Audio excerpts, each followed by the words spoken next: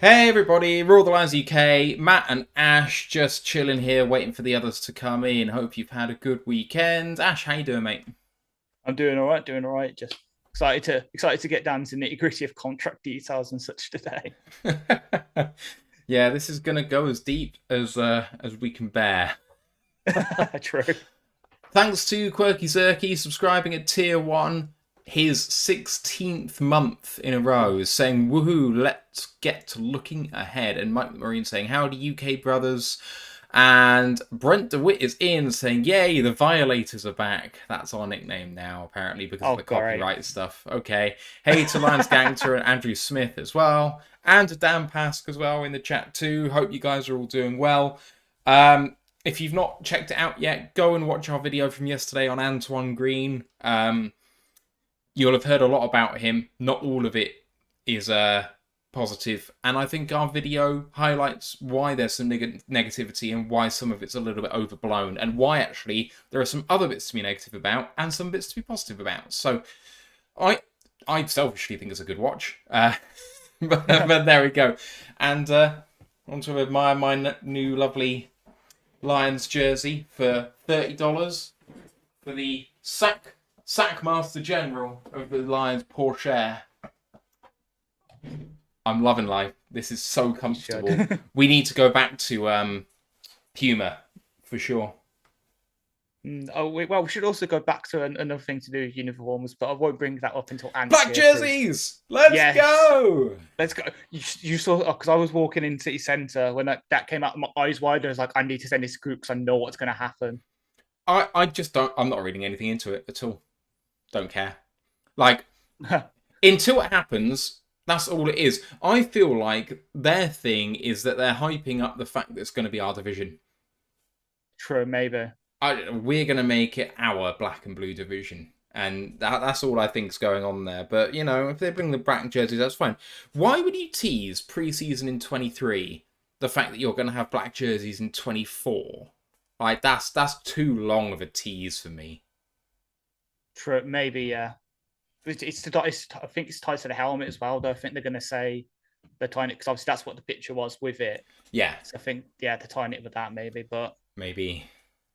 It's fun to always stir up the old conversation. I know some of the Lions beat writers aren't completely happy with it, not naming names.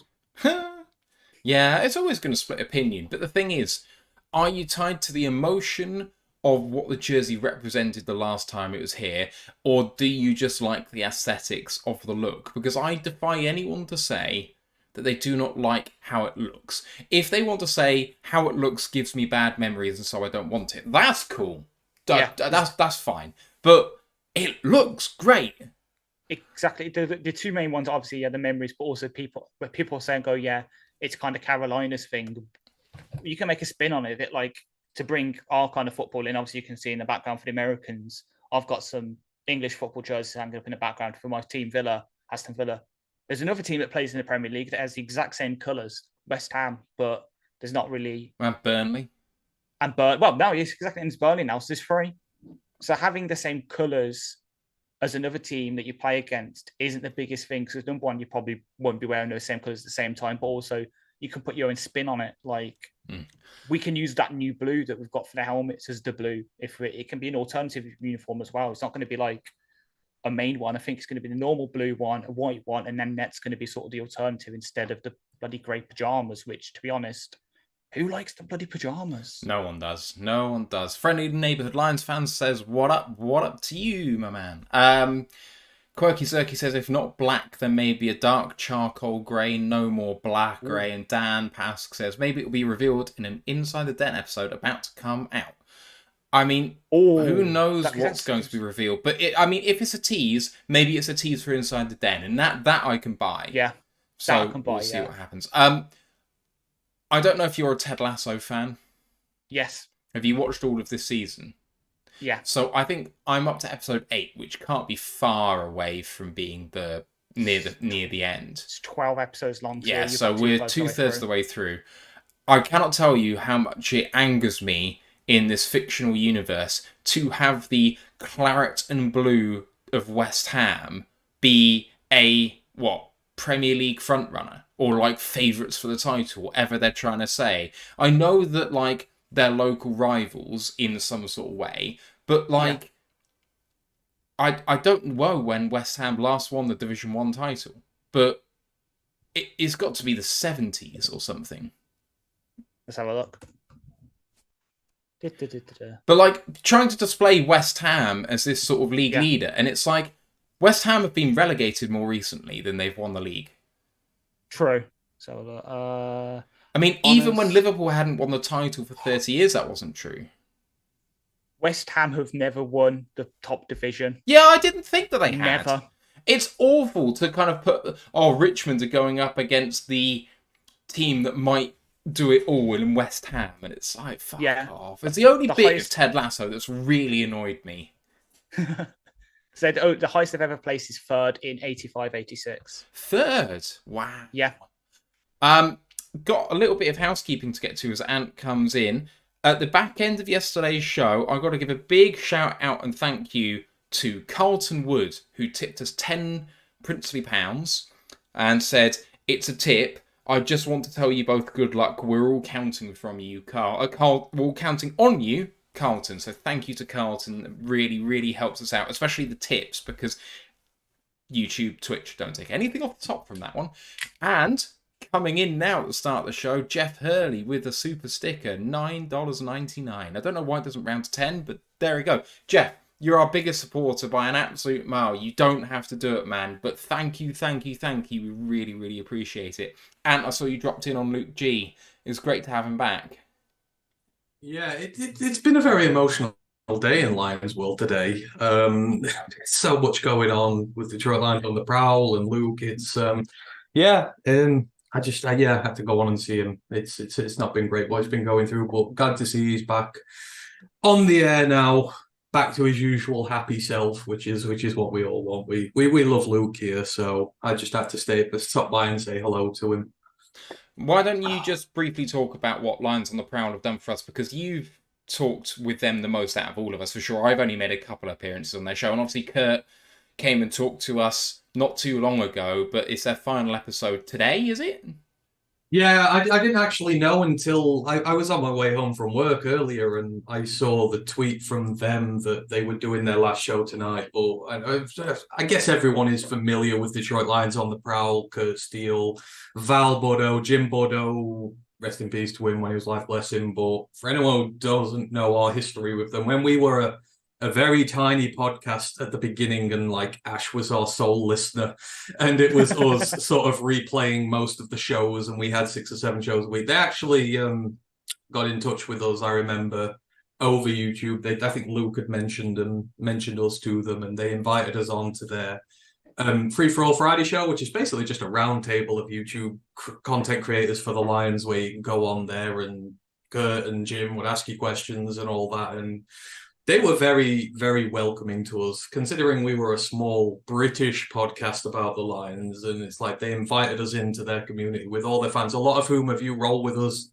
today, you probably wouldn't have heard of us if it wasn't for guys like that. And, you know, over the years, we went on more and more people came and listened. And, you know, they have done nothing but help us and this podcast, you know, Jim to begin with, bless him. And then afterwards, Kurt as well, Val, Jim's wife, you know, they've done a lot for us in terms of promoting this podcast and that. So it's very sad to see. But now Kurt has got his degree, which is obviously wonderful. He's gone on into sports journalism now. Do check out my man Kurt Steele. I love him to death. It's a lot of work doing this, and I think Val has, you know, he wants to ease that little burden a bit. So best of luck to everyone at Detroit Lions on the Prowl. You are always welcome on our shows if you want to come on. I've said, Val, if you do end up listening to this, don't go anywhere, because I have 1,000,001 Justin Fields jokes I need to use, and you are the one I like to use them on, being that you're a Bears fan who comes on a Lions podcast all the time. You leave yourself open.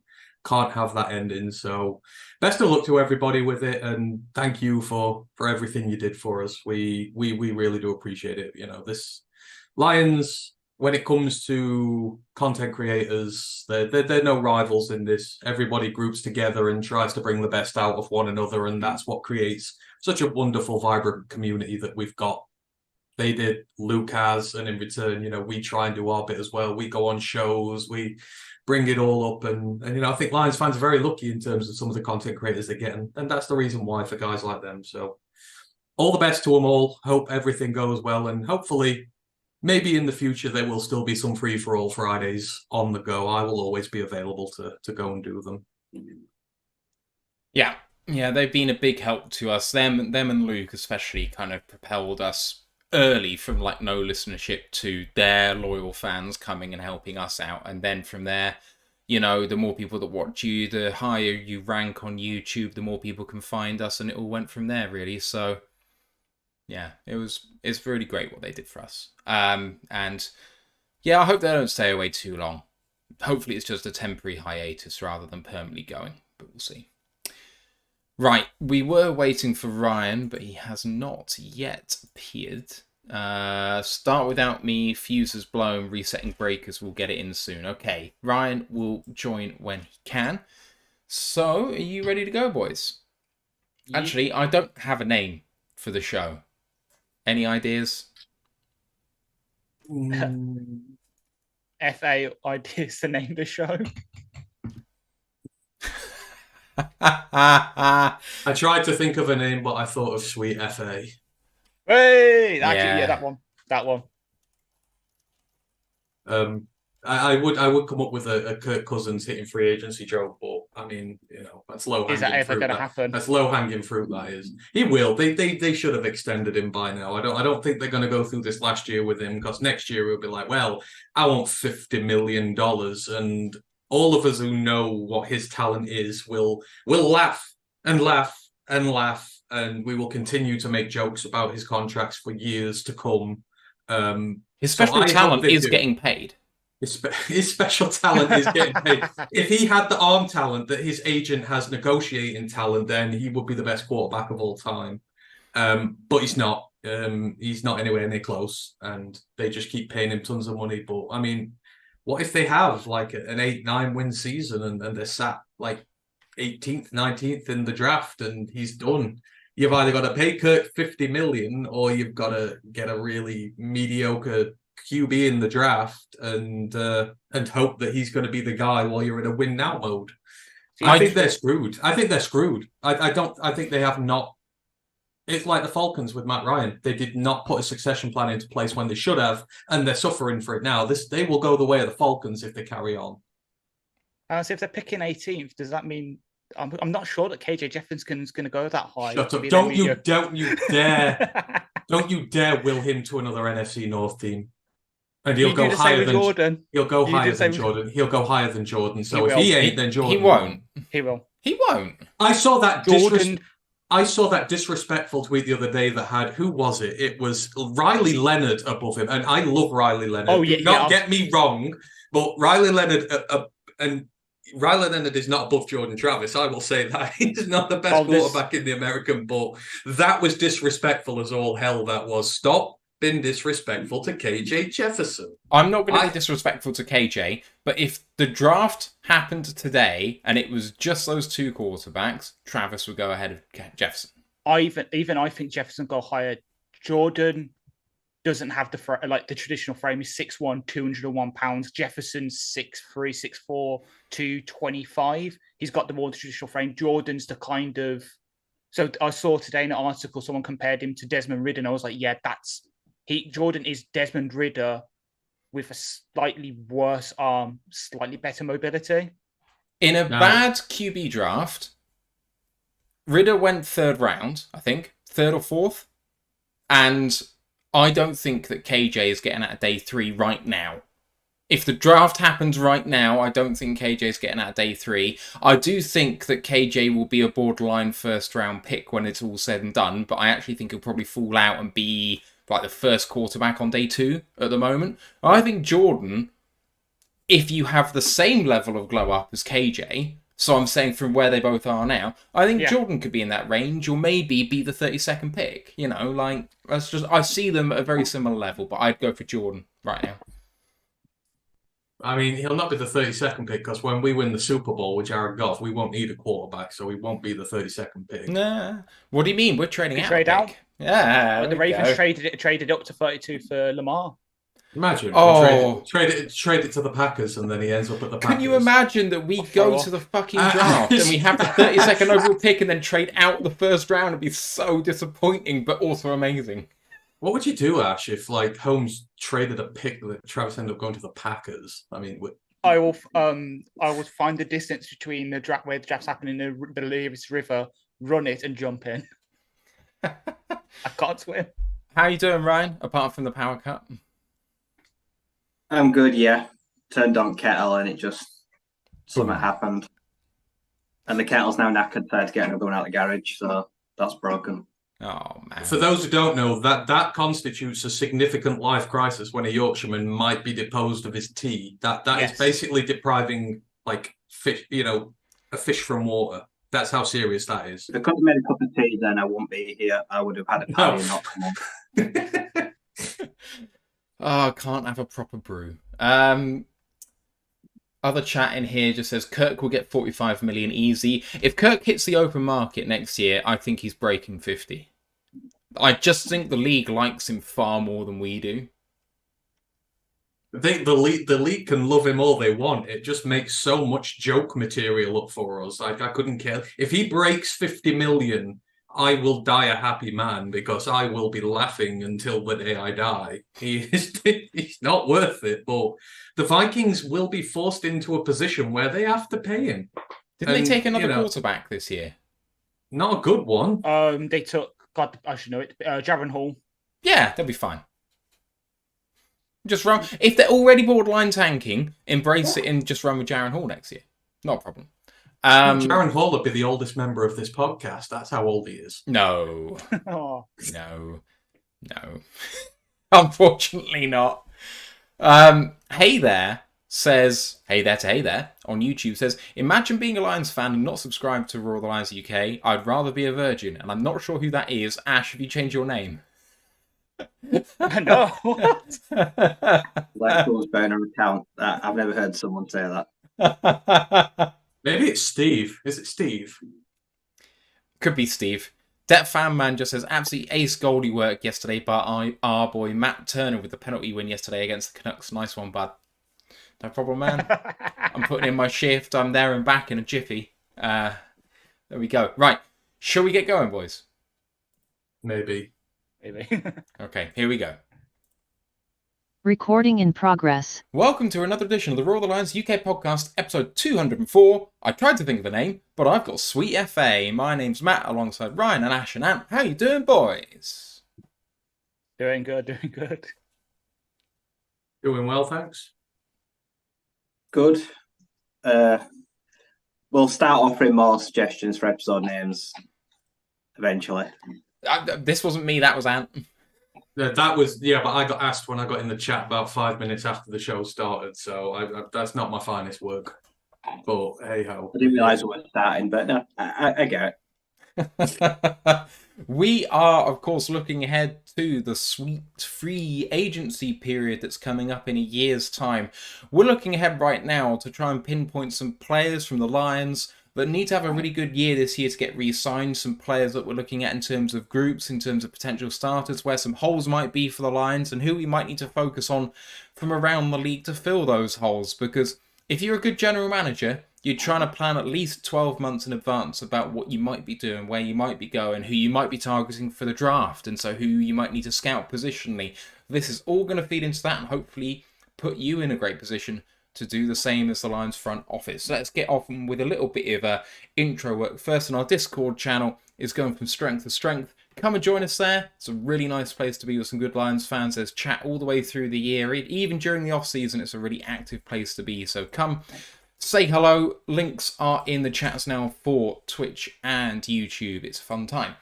College Football Podcast, boys. I'm just finishing listening to your Independence preview from last week, and you did the Conference USA the week before. What's coming up this week?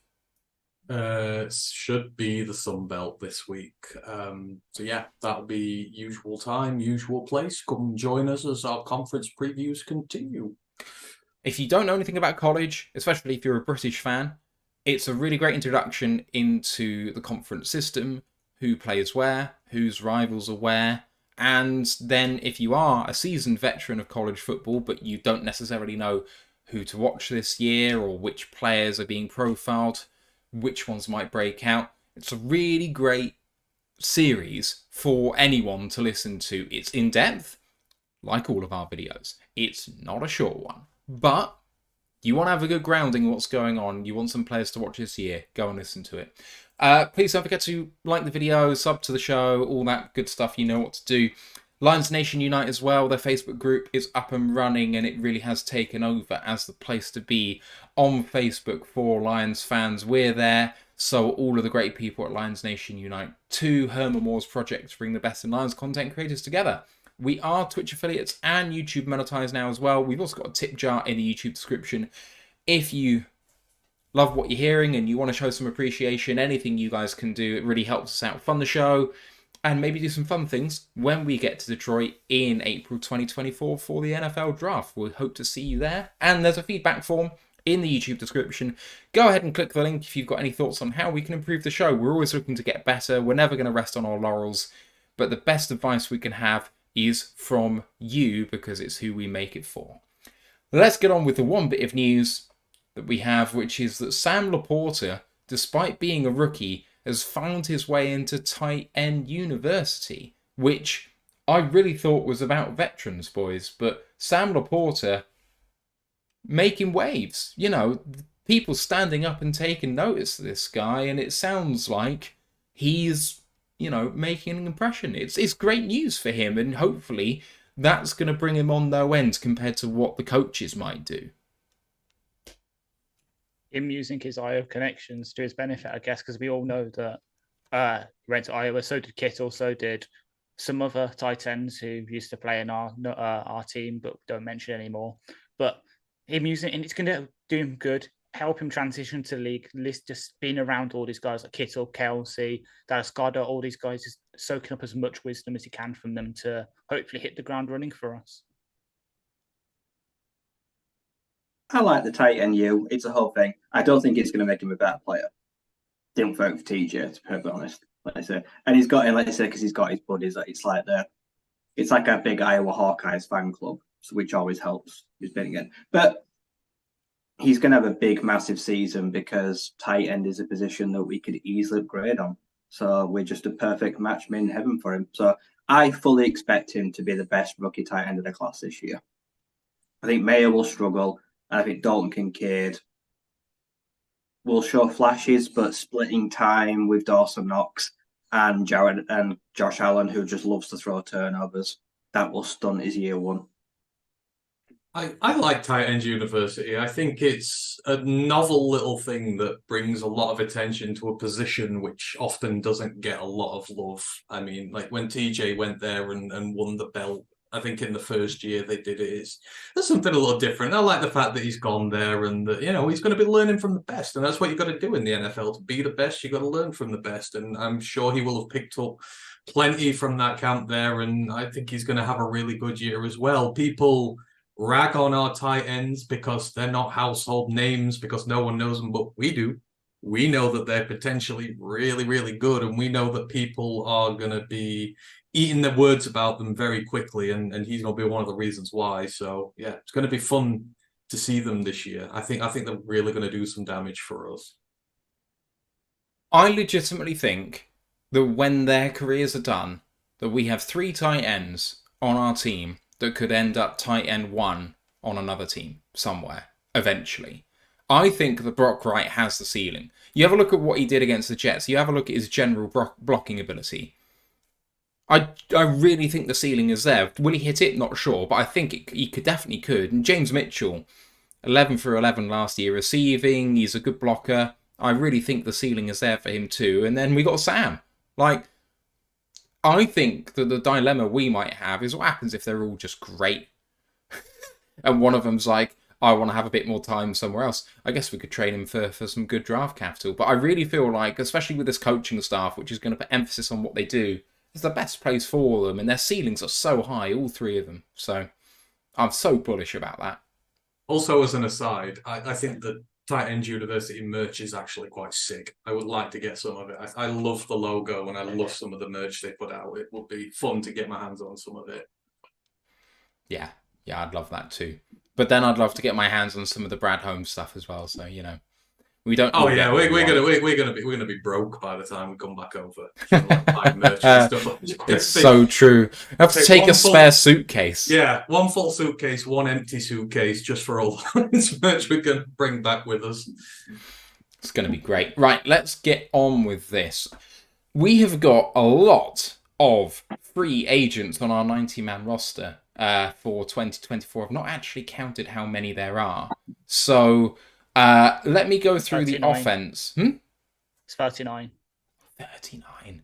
39 out of the current 90-man roster are going to be free agents at the end.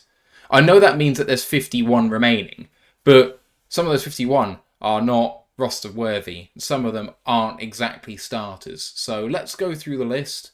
I'll start. That's nearly one for every year since Villa won a relevant trophy, Ash. Let's move on. Oh, right. Starting off with quarterbacks and running backs and fullbacks, Nate Sudfeld, Craig Reynolds, running back, and fullback Jason Kabinda are all free agents coming into this off-season. None of them essentially are starters, but I think that right now people think Sudfeld is going to make this roster, especially with the 3-quarterback rule coming in and with injury to Hendon Hooker and maybe start on NFI. It feels like Sudfeld's a shoo-in for the roster, to be honest. Reynolds was running back 3 at the end of the year, maybe his favourite to be again at the moment, and Jason Kabinda was very much on the roster now. Whether he makes it still, not sure, but he's definitely going to be in the mix. So the 3 guys who are somewhat likely to be on the 53, they're not going to be here next year at the moment as it stands.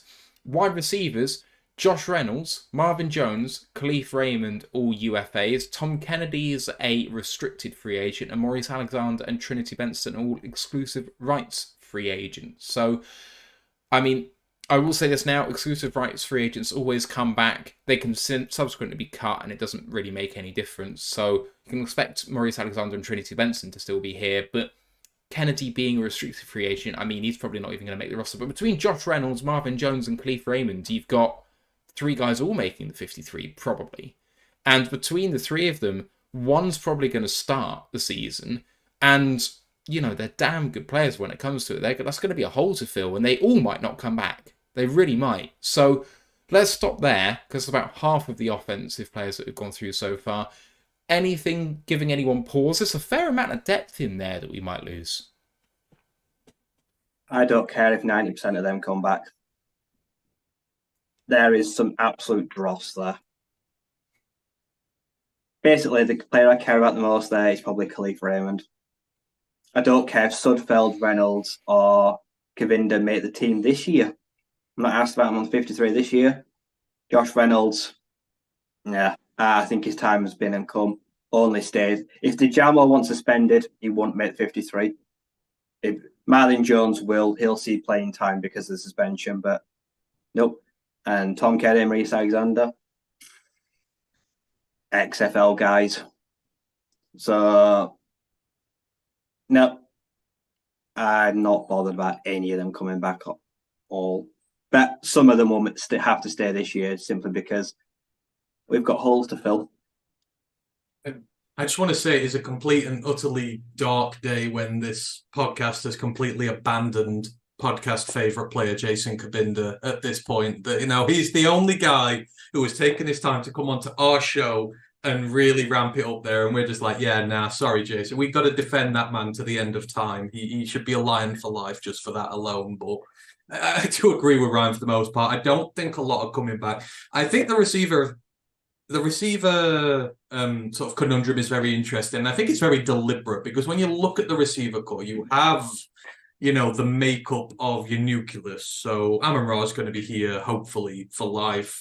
If J-Mo comes good for the last 11 games, then, you've got another critical part of your offense just there. Antoine Green, who knows what we're going to get with him yet? Obviously, you didn't hype the video we did about him yesterday, Matt. We need to tell. Sorry, I did it on the pre-audio record. I should say it again. That's fine. Right. That's fine. But we need to see what the big nucleus of this wide receiver core are capable of. We know with Amon-Ra, but with JMO and other guys, we need to see. So if it comes to this time next year, maybe JMO's not quite developed how we wanted him to. Antoine Green doesn't make the 53 or doesn't make the roster, doesn't see the roster the year through, then you are going to need guys like Khalif back, maybe Reynolds back, depending on how they do. But I think certainly if they want to be in serious consideration for next year, that they've got to produce big this year. They've got to show that, this receiver core needs them this year because, a lot of the, let's say nucleus positions are going to be taken. So you kind of arguing depth over this point. So it'll be interesting. But I think Khalif and Reynolds, they have the opportunity to play for the future here because they will be good depth. Even if they're like wide receivers 5 and 6 next year, that's a bloody good option to have at wide receiver 5 or 6. So I think the receivers certainly got a case this year. Everyone else, I think, is really going to struggle, apart from Jason, who's a lock. Yeah, I kind of agree. So Jason, I know we're saying he's on the bubble, but given Dan's comments about the fullback position the past couple of years, I think he's sticking around at least until the team can, inverted commas, find someone better. Remember when he was injured 2 years ago and Dan basically said, we've had to chuck away half the playbook. That's how important this sort of fullback position is to Dan Campbell offense. So I know he's been injured the past couple of seasons and he has had bricks for hands, not really caught the passes we've thrown his way, but he's such a fundamental part in just setting up plays as a sort of backdoors to the offense that I think he's going to stick around at least this year. And then potentially next year, if he does well enough and we don't find someone else. Khalif, if he keeps the returning skills going, and obviously that elite separation at PFF bigged him up for, but yet has our receiving core ranked in the bottom third of the NFL, he could stick around. Reynolds, I think, could really make a case. I know Bryce just said that if JMO was still here, he was not suspended, he wouldn't be here. I think he will be because he's one of the few players we have that can really play that X position. I know it's not really the big position for us on offense, but it's really him and Anton Green that can really do the sort of contested ball stuff. Marvin can do it, but he's more of a Y. So Reynolds is sticking around definitely this year, and he could really make a case to be that sort of wide receiver 4 or 5, as Ant said, kind of like if you remember TJ Jones back when it was Marvin, Kenny, and Golden Tate as our starting 3. Then we had TJ Jones as that sort of 4th guy who could play the X and the Y. I think that could be Reynolds' role, and it could fit if Goff sticks around though, because I think that's his big selling card is the fact that him and Goff have got that pre-existing chemistry. When it comes to a 50-50 ball, he is the guy that Goff's going to trust the most. I think that's what his sort of big thing is in the roster. And if that fades away, if Goff trusts Green more for that, he could be on his way. But I think it's really the contested ball stuff that we're really looking for, especially since obviously Chark's gone to Carolina now, so we don't really have anyone else. Just want to give a very big shout out as well to MileMarker301 for a $10 super chat, and Andrew Smith for a $10 super chat as well, coming in back to back. Guys, you are the absolute best. Thank you for supporting us. Really appreciate it. I'm not fussed about anyone until the receivers. I think the only one really I want to come back, and with Ryan, is Khalif Raymond. Raymond has shown the ability to get things done when nothing's really expected of him. He goes out there, plays through injury. I think that final game where he caught that really long go ball, he had a really bad injury that he was having to play through. Was it collarbone or something like that? And he had broken collarbone. He had broken collarbone. Let's keep that guy around, especially given how much separation he was getting. And I mean, to be honest, his level of play has merited him going up the depth chart. Never mind anything else. I know that Riz is speculating that Josh Reynolds is going to get the start in respect of JMO not being here, and I really hope it's Khalif. I do think that Khalif being the core special teamer that he is maybe puts him at a bit of a disadvantage when it comes to getting reps on offense, but there we go. Kabinda, love the guy. I hope he makes it, but I have my doubts. Let's move on to the rest. So this is just me pulling the knife out his back that you've put in there, Matt. I've removed it for you. I love him. I said I love him. Well, yeah. But not that much. You do anything for love, but you won't do that won't give him a 53-man roster spot. I would do. No, anyway. As of right now, for me, like as of 10th of July 2023, wide receiver for me is very much in play with a first round pick next year. Bingo. I am really, it's a massive need for me. And we love receivers with the name Marvin. Roma Dunze, you are a lion. It's going to be interesting, isn't it? Defensive tackle, I could see up there. I could see cornerback again. I could see not linebacker. We've already Not done to mention that. if a lot of Lions fans have their way, then Jamo will have requested a trade by them because all they do is constantly shit on him. You know what? I'd just go F them QBs and draft Jared Verse as well. I mean, that would be pretty cool. Just send all the edge players after them. Just be done with it. Yeah, that would be interesting. Let's talk about the rest of the offense here. Tight ends and offensive line. Tight ends on the last year of their deals: Brock Wright, Shane Zylstra, and ERFA Derek Dees Jr. Then the offensive linemen, we start with the guards: Halapulavati Vaitai, Jonah Jackson, Logan Stenberg, and Coyote Awasika. Exclusive rights free agent. Is Glasgow not? Glasgow? Yeah, he's on a one-year deal. Glasgow's on a one-year deal, yeah. Yeah, he wasn't on the list from all information taken by Spot Track. So Spot Track have him down as still at Denver, because I'm on the guards page right now looking, because that's one of the positions I was looking at to Thank you very much. Yeah, so Glasgow is on there as well. And then tackles, Jermaine Ifedi, Matt Nelson, and then ERFAs are Bina Eze and Max Purchase. So as I said, ERFAs are almost guaranteed to come back and be part of the 90 and being camp. So we don't need to worry about them. So Eze is still going to be here. Awasika is still going to be here. Purchase, we don't know, but I reckon he'd probably be able to stick around. So you're looking at, well, starters at guard position. You've got Glasgow, Jackson, Vaitai, all of which could well be a starter for us, all gone. Some people maybe need to get re-signed, don't know. And in Matt Nelson, you've got what a lot of people are going to consider our sixth offensive lineman. For me, that would be Ifedi, but he's also on here too. People have waxed lyrical about how bad our second offensive line was last year. This year it seems to be a little better, but then it seems like all the depth is going. So, I mean, is this sneakily a little bit of a need here, boys? At least in the depth positions, but maybe one starter as well, if not two. Right, let's just get this straight. All the tackle options on that list need putting in a spaceship and launching into space to be nowhere near this team ever again. That's how bad they are. They can be got. Eze maybe can stick around depending on how he develops. But Nelson and Ifedi, they can be buddies holding hands while they go to the moon and, discover wonderful things out there, just not playing football for the Detroit Lions at tackle. Don't want out to do with them. But the guards, I mean, you pay Jonah. There's no ifs, ands, or buts. You pay him. There is not one legitimate excuse on this planet to not pay Jonah. You pay him and you keep him. You build your offensive line. Our cap allows it, and it would be stupid to let him go. Out of the others, it depends how they play. Hal could have a future. If Hal plays well this year and he wants to stay a little longer and we keep him on a team-friendly deal as depth as he gets a bit older and a mentor for the next guy, you keep him depending on how well he plays. The same goes for Glasgow. If Glasgow comes in, takes that position, does well, you keep him. It's all about proving it for them guys. But Jonah's proven it and needs paying.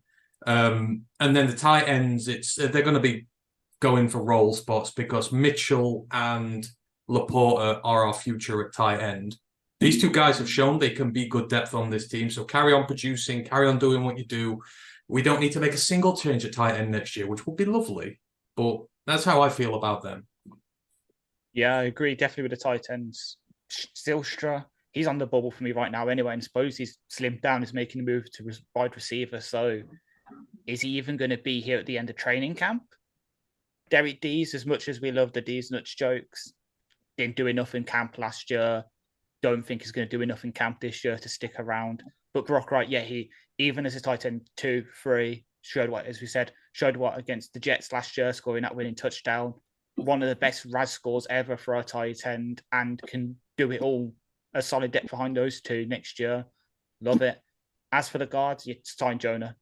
Do it before training camp ends for me. Just get it sorted before the season. You can just go into the season. He can go into the season knowing he's not playing for his future. He doesn't have to worry. Unfortunately, specifically for Hal, I guess, I think we've already got his successor at right guard in-house right now with Colby Sorsdal. I think he's going to sort of be redshirted in a way, trained up to play that right guard position. And then next season, we're plugging him in and he's going to be our starting right guard. But I'm happy to keep Hal and Glasgow around as veteran depth on team-friendly deals, especially Glasgow, because he can do the sort of guard centre backup that Evan Brown was for us. But yeah, and then for the tackles, I can all go except for Eze, because you should have seen my face when you made that comment, because I was going to be like the guy who hung on to Logan Stenberg and always said, oh, you give him a bit more time to develop, but yet wants to get rid of Eze after one season was a bit iffy to me. But if he can show enough to sort of take that Matt Nelson role for us in the next year or so, I'd keep him around, because we play that a lot, and just having someone who's an elite run blocker and can do it on a cheap deal that he will be if he's an ERFA, probably be near veteran minimum, just a bit above that. Perfect for sort of roster building, in my opinion. Yeah. Derek, like you say, won't even keep him on the team if I let him have the go on these nuts. He can do one. I don't trust him. But Vitaly, nah, bin him off. I don't expect him to stay healthy all year. The guy is held together with parcel tape and papa mache, so he can go off to the great retirement home in the sky. Graham Glasgow can stay if he'll take a very team-friendly deal. Guys, and then a lot of the dross, Matt Nelson, I'd rather dress him up as the KC mascot, give him a gun and throw him in a bank, and that'll be the East. Like, see him, because he's been arrested today. I'd gladly see him do serious time. That's the only way I can get rid of him, because I'm sick to death for that big useless lump. Logan Stenberg, yeah, he can go. He won't do piss all this year. He's been around long enough, stinking up the place. Maul on my ass. More like a Kentucky Wild Kitten. Oh, Ryan throwing the shade. This offensive line, the second class of it is dog shit. And a lot of it's going to go, and a lot of it needs replacing. So, yeah, I don't care what we have to do. If Jonah Jackson goes next year, like, I'm waving the white flag. I'll be very worried. So, yeah, during the season, if not now, I'd like to get his extension sorted. But, yeah, there's a lot of bad depth. It worries me. So I'm happy to ride Brock Wright to the end of his deal and re-sign him at the end of it. It's not a priority to re-sign him now for me, but like I said, I think his ceiling's very high, so I want to get that done at some point. If it's now, so be it. Vitaly decision for me is interesting, because I still think when he's healthy, he's potentially the best right guard in there. So I know he hasn't had a healthy season since he's been with us. What happens if he plays all 17 games? He's just healthy all the way through and he plays well. And, you know, if he's willing to come back on 5 mil or something, 6 mil, then I'm perfectly in the market to give Vitaly a go.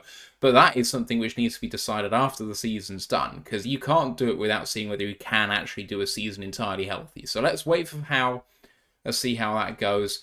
Graham, I'm happy for him to stick around as long as he wants to, because he's terrific, versatile interior depth, and he can play to a very good NFL standard. So he can stay.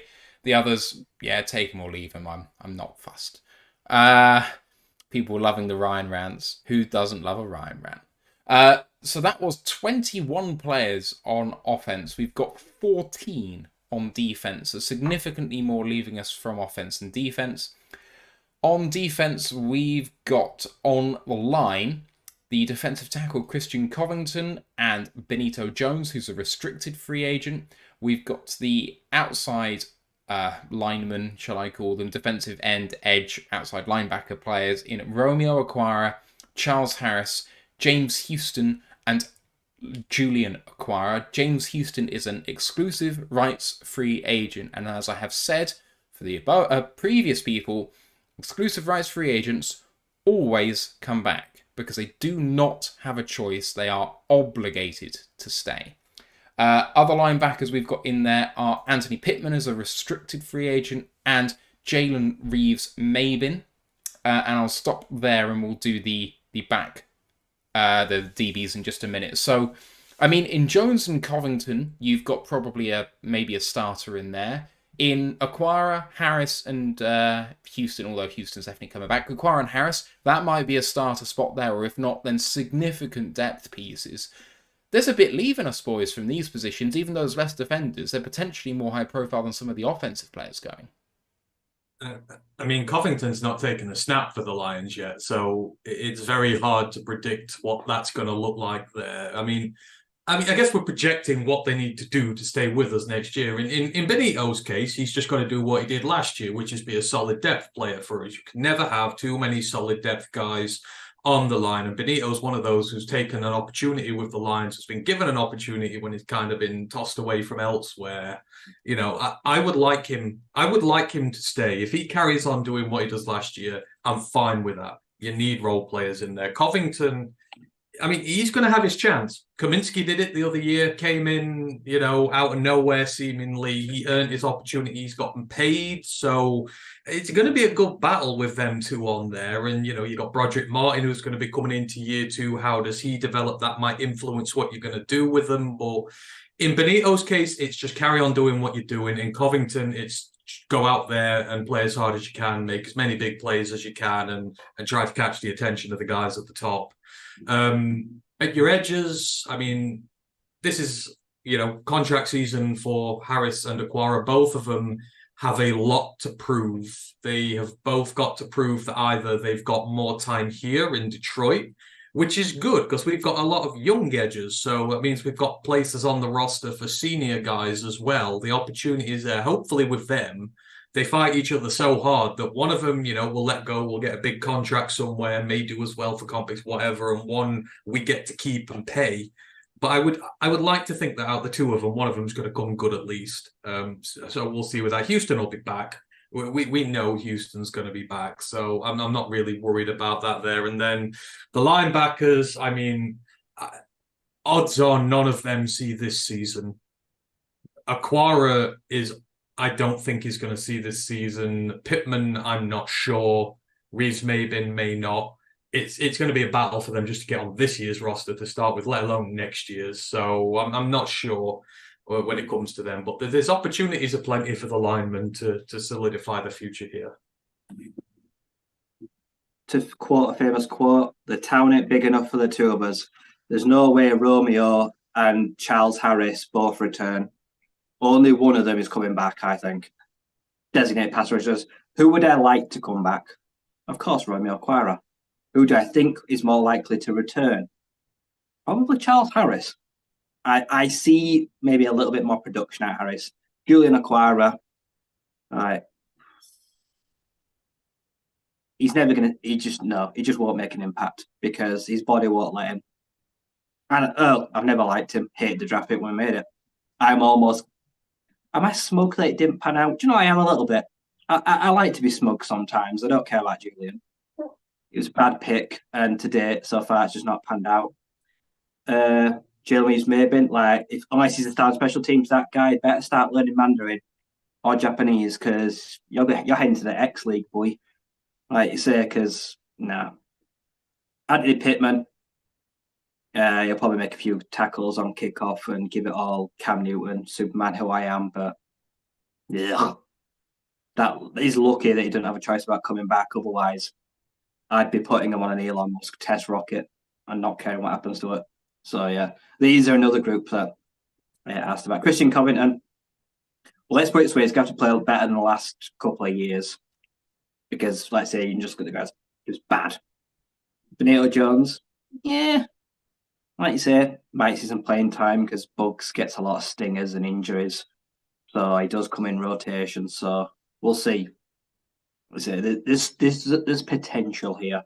I would like to think that one of Charles or Romeo comes and gets at least 7.5 sacks.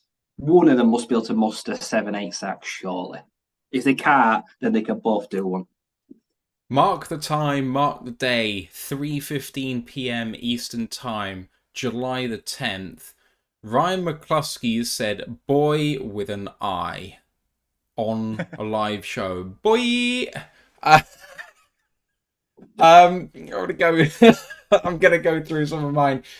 Covington, I think, is a shoo-in for the roster right now, mainly because he's the backup 3-tech and there is no one else. Like, he has no competition for the roster unless we don't carry a backup at the 3 technique, because we're happy that some of the outside hybrid guys can fill in as the backup on the interior. I don't see them doing that, so Covington is there for sure for me. Benito's interesting. There's a world for me where he doesn't make it out of camp.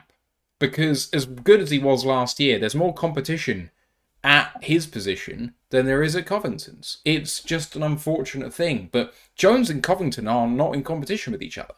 They're a completely different position. So Covington just has an easier run, even though I probably prefer Jones as a player. Jones has got to go up against a 3rd-round draft pick, an established person from last year who ascended, and we may only keep 2 people in that position. So let's see what happens. I think between Romeo and Charles, and I say this as the flag-waving, Romeo jersey-owning person that I am, I think there's a better than even chance that both Romeo and Charles leave after this season. At the end of the day, I really feel like people who take wage cuts to be there do it because they know they're not getting paid on the open market, because they've, had a crap time of it, unfortunately, because of injury for both of them. And, people with injuries tend to kind of struggle to come back sometimes. It's not their fault. I love both of them. I think they were absolutely fantastic. Charles, in that first year that he was here, absolutely earned his deal. I don't regret paying it because it was absolutely the right thing to do. And Romeo earned every penny of his. But that isn't to say anything about what they might do right now. And for me, I'd say there's a greater than 50% chance that both of them go, especially given the depth we have at that position. Why do we need to pay them? We don't need to pay them. They are way down on that depth chart. Because, well, we've got Pascal, and we've got Kaminsky, and we've got Hutchinson, and, we've got Houston. We're 4 deep already of players that are going to be here next year. Do we want these guys coming back as 5 and 6? It'd have to be damn cheap. Why would they stay for that? So, I think there's a better than 70% chance neither of them stay. I'm hoping that they're going to get paid somewhere else because they've done great this season. But we should thank our lucky stars. They've come back to be those depth pieces, because how great is it just to be able to sub in one of these guys who have the pedigree that they have, that have shown they can do it, but they only have to do it for 20 snaps a game, 15 snaps a game. Our NASCAR package is going to be fucking lit, and I love it. But next season, we're going to have to invest in some depth, I think. Pascal's shown flashes, but I need to see something from Pascal this year. I need to see something big. He's shown flashes, but for a 2nd-round pick, I do expect a big year from him. So I'm rooting for him, but I'm not yanking his chain just yet. So no, that's I can see room for one of them coming back. Yeah, I can see room for one of them coming back, sure. It's really productive, so I'd like to see Kaminsky show consistency. That's kind of probably what I want from this year. Don't need to be flashy. So I suppose we'll see. Like you say, the edge room is stacked. So yeah, it's the hardest route probably to earn a spot next year. And I think one of Pittman and Reeves may even make it because there's no one else in that role. One of them has to make it, and both of them could make it because they're specialists. But it's the only reason they're on the roster. You hope neither of them see the field on defense, really, instead of very specific situations. So, whatever. Let's move on to the ZBs. And that's headed by Emmanuel Mosley, as well as Savion Smith, who's a restricted free agent, Jaron Williams, who's an exclusive rights free agent, Jerry Jacobs is a restricted free agent, and then Chauncey Gardner-Johnson and Will Harris. I would say to you, gentlemen, that I am expecting one of Mosley and Jacobs to be a starter. I'm expecting Chauncey Gardner-Johnson to be a starter.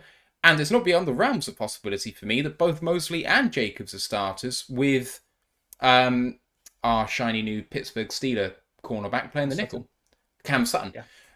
It wouldn't shock me if at some point in the season Cam Sutton was a starting nickel with Chauncey playing safety and those 2 guys being the starters on the outside. So potentially in that group of 5, you've got Jaron Williams as an inclusive rights guy. Savion Smith, I don't think anyone's coming in for him big anyway, so ignoring those 2 guys, those other 3 could potentially be starters on this team.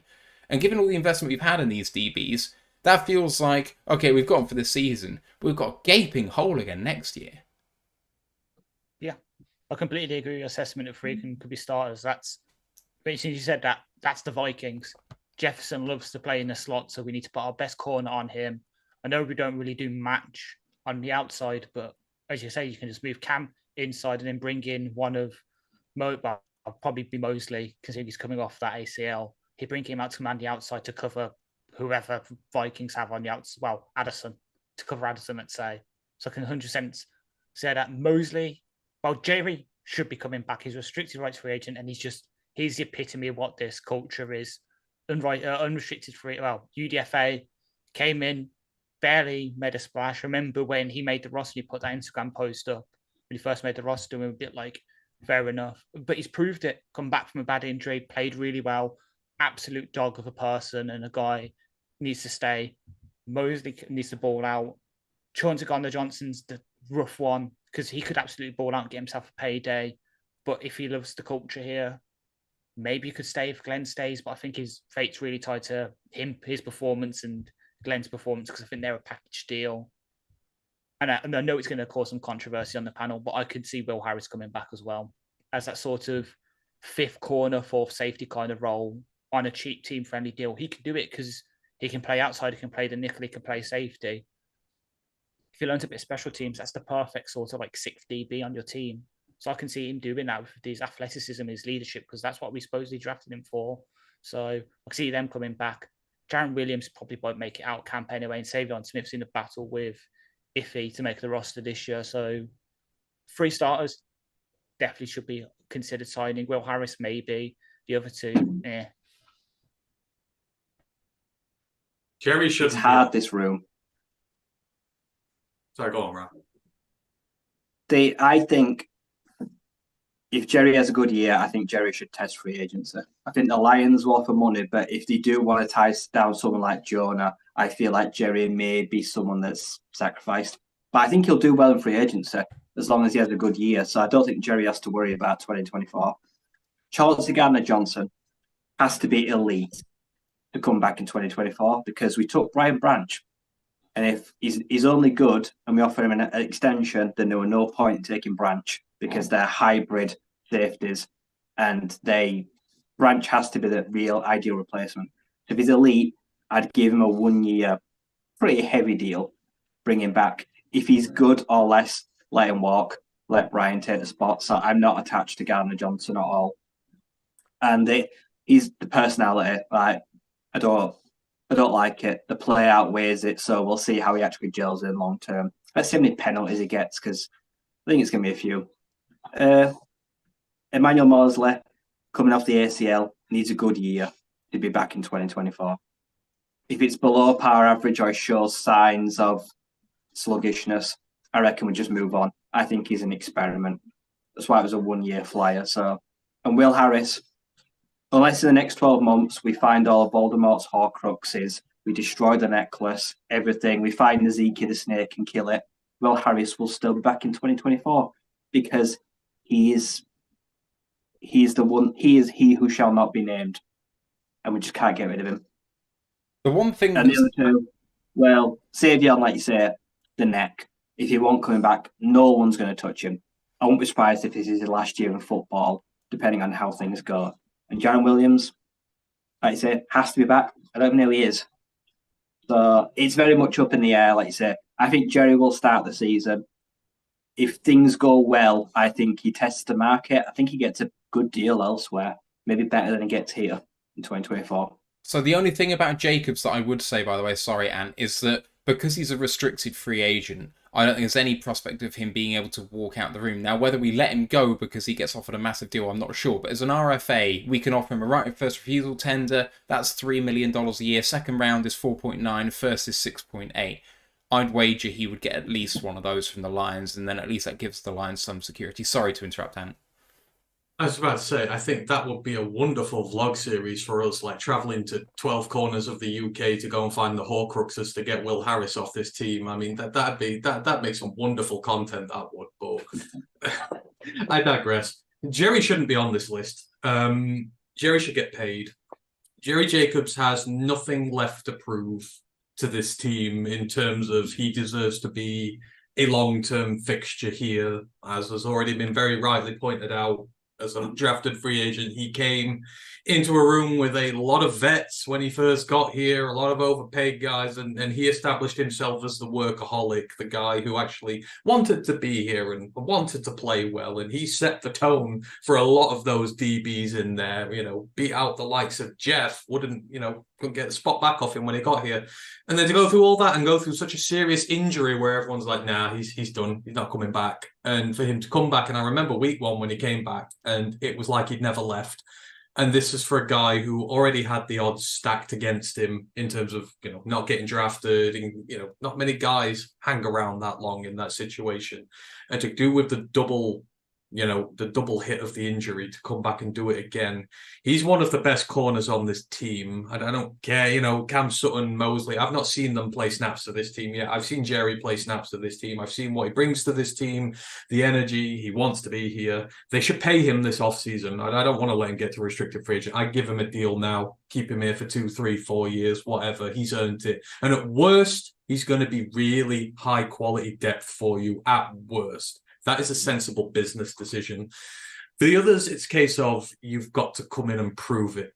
For even Gardner Johnson, he's got to prove that he wants to be here in Detroit. And this isn't just a one-stop shop for him to hopefully get paid next year as well. Like with Mosley, they've got to prove that they want to play well here and that they want to be here long-term before I even consider keeping them over the likes of Jerry and that, who prove that they do want to be here. So, the DB room's going to be very interesting this year. It's got the right match of experience and youth in there, and they're all going to be fighting hard for one another. I think it's going to lead to an unbelievable level of competition, and I think there will be some very hard decisions to be made next year. You know what? If the 3 senior guys we've brought in ball out and they want to stay here and we pay them and we keep our young guys here, I'm not even looking at a cornerback or safety in the draft or free agency next year. I don't care who's available. I don't really want anybody else if all these guys work out. I think hopefully it will be a wonderful conundrum to have. As for Will, yeah, he's just not going anywhere, and we have to accept that. But this team has started to purge through its rubbish, and some players only stayed here so long because there was no good depth round. He's now in a room with a lot more better players around him, so it will catch up with him eventually, and he will get axed. Too much big negativity with Will Harris. I realise that the hate is just because we don't like painfully mediocre. It's almost worse than being outright terrible, but it's over the top. I will say that it's slightly over the top. But anyway, I will finish. I just said I don't want to re-sign him. I didn't All say right. about how bad it's been. I just said I don't think there's a place here for him. Fair enough. Finishing it off with the special teamers, and we've got all 3 kickers on here. So Michael Banchley is an unrestricted free agent. John Parker-Romo is an ERFA, so if we want to keep him, he's got no choice. And Riley Patterson somehow is still a restricted free agent. Also, long snappers Jake McQuaid and Scott Daly, who is a restricted free agent. So whoever wins the long snapper job, they will be a potential question mark come the end of this. In fact, I'm not sure whether long snappers would ever get a tender, given how much they're paid under a tender. So that doesn't really matter. But kicker is going to be a question at the end of the year, no matter who wins the job. Any thoughts at all on kickers and long snappers?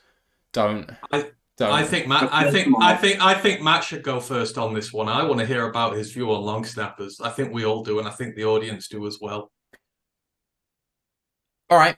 I really want to see what Jake McQuaid does in camp. I really want to see plenty of field goal reps. And that is one thing I'm actually going to watch out for, because I have staked somewhat of the sliver of a thread of reputation that I have on going to town on Scott Daly not being the finished article, shall I say. I do think that he was a mediocre long snapper. And that probably is good enough to win the job, because, to be honest, there's a reason why former Pro Bowler Jake McQuaid was let go from his previous stint, and it's because he's just not that good either. So I would say that Scott Daly, for me, is the favourite to win that job, and I would hope that John Parker-Romo is as well. to sort of go against you a bit, the reason McQuaid got kicked out of Dallas is because they signed Trent Sieg. They just went younger at the position, and they got paid slightly less for Sieg. McQuaid was good. I know he's a former Pro Bowler, and that doesn't mean that much in today's NFL, though one of the things we say about our O-line is that we've got 4 out of 5 of them are Pro Bowlers. He's got that consistency. He's proven it daily. Isn't consistent. McQuaid, yeah, he might not have the strongest snap anymore, but he's consistent, and that's what we're looking for now. We want to maximize our comfortability with kicking those extra points and that now, because we are getting, as I keep saying, we're getting to that point where special teams are starting to matter for us. It could be the 1% that decides between us winning and losing a game. We're trying to maximize our certainty in that 1%. So it comes down to a camp battle, whoever's there. But if next year, because there's 17 long snappers that are free agents next year, it's just going to be one of them that you're just going to get a merry-go-round. Maybe they get one that's like a UDFA or something, but I don't know with long snappers. For kickers, we can say what we want. No one can have kickers, unfortunately, go in Detroit until we find someone that we can 100% trust in and sign down. It's going to be a revolving door. I won't be surprised if we go through all 3 on that list throughout the season and we end the season with someone else. It's just the way that kickers are. You either have a really good one like Justin Tucker, or you're just constantly looking for that person to be one of them. So unfortunately, it's just going to be a revolving door there at special teams. Unfortunately, it's just until we find our Evan Ferguson or Justin Tucker at kicker, it's just going to be one of them where we're just going to be consistently looking. We can't tie our loyalties to anyone. So what I'm hearing here is I need to start doing my research on who the Virginia Military Institute's long snapper is this season. Yes. Yeah. Need to see who's there now in preparation for the future. Yeah, there we go. But may the best man win at long snapper. You mentioned there about unnecessary hate towards a player, but I kind of feel like that is a bit hypocritical given the amount of hate you have poured on Scott Daly last year. So it's... Find any hate thrown my way to him. Find any. The highlights package will be immense for that. At least twice as long as flowers. I defy you to find any. Unfortunately, Ash, 2 times 0. 2 times 0 is 0. So, we need to do a little bit better than the... Find one. I will go back and find it. Just go and find one. Do it. There isn't any. Have you been going back through deleting our videos? Is that what it is? I bet he's gone and edited them all, hasn't he? I bet he's just edited it all out and it just doesn't exist anymore. That's what he's been doing with his time off. Ryan, do you have any thoughts on the specialists? Honestly, long snappers, I don't care. I don't care if the person that wins a game of Twister wins the job. Nah, that's about them. The kickers, there's about as many kickers in the NFL as there is lads in the UK that have got fake teeth from Turkey paid on Klarna. In 2024, get rid of all 3 kickers, both long snappers, and start again. I don't we don't have our long-term kicker on the roster. I don't really give a toss about the ones on it now. Like I say, it's just going to be an endless merry-go-round of replacing kickers next few years because they all come in, show flashes, but when it really matters over 50, they've all got legs like fucking soggy super noodles. I'm just no special teams for me. Nah, don't care. Ryan, you end me every bloody time. And in a Ryan's just leaked the college football pod schedule there. Kickers will be one of the position groups admired this year because apparently we need one that badly. But I mean, just from my point of view, I want Romo Cop to win it, and I want him to be here forever just for the socials. That's all I want. If you give me one thing on this team this year, let Romo nail down that starting kicking job, and I will be happy. That is that, and then, we'll see who wins at long snapper. A message from Geordie Mansion on YouTube, not picked out anyone in particular. He said, I will say that long snapper matters because 2 misses last year were on bad snaps, lol. Just pick that one at random. Look at what you've done, Matt. Instigating the masses now. That's you, that is. They wouldn't have known otherwise if it wasn't for you highlighting all this. I'm sorry for doing a good job. Oh, look, my counter argument. Oh, look, one of his passes wobbled in the air. Oh, no, it was a field goal. Say again, Ryan. One of his What was passes that? wobbled. We shouldn't have had to settle for a field goal in that situation. That's my counter argument. That's the offense's fault. Yeah, fair. Can't argue with that. Right, shall we have some fun and look at the people out of contract around the league? Yes. Clearly, the Lions have a lot of depth pieces that they might have to replenish, and maybe a starter here or there. In fact, the Lions will definitely have a starter here or there that they need to replace, because maybe they'll deal someone at the deadline, and that'll create a hole come next season. You know, it always happens somewhere, somehow. Let's go through position by position just to have a look at who does come available. I've listed 5 players per position, but then I might actually go on to Spot Track and have a look at the rest of them as well. Top 5 quarterbacks I've put on here.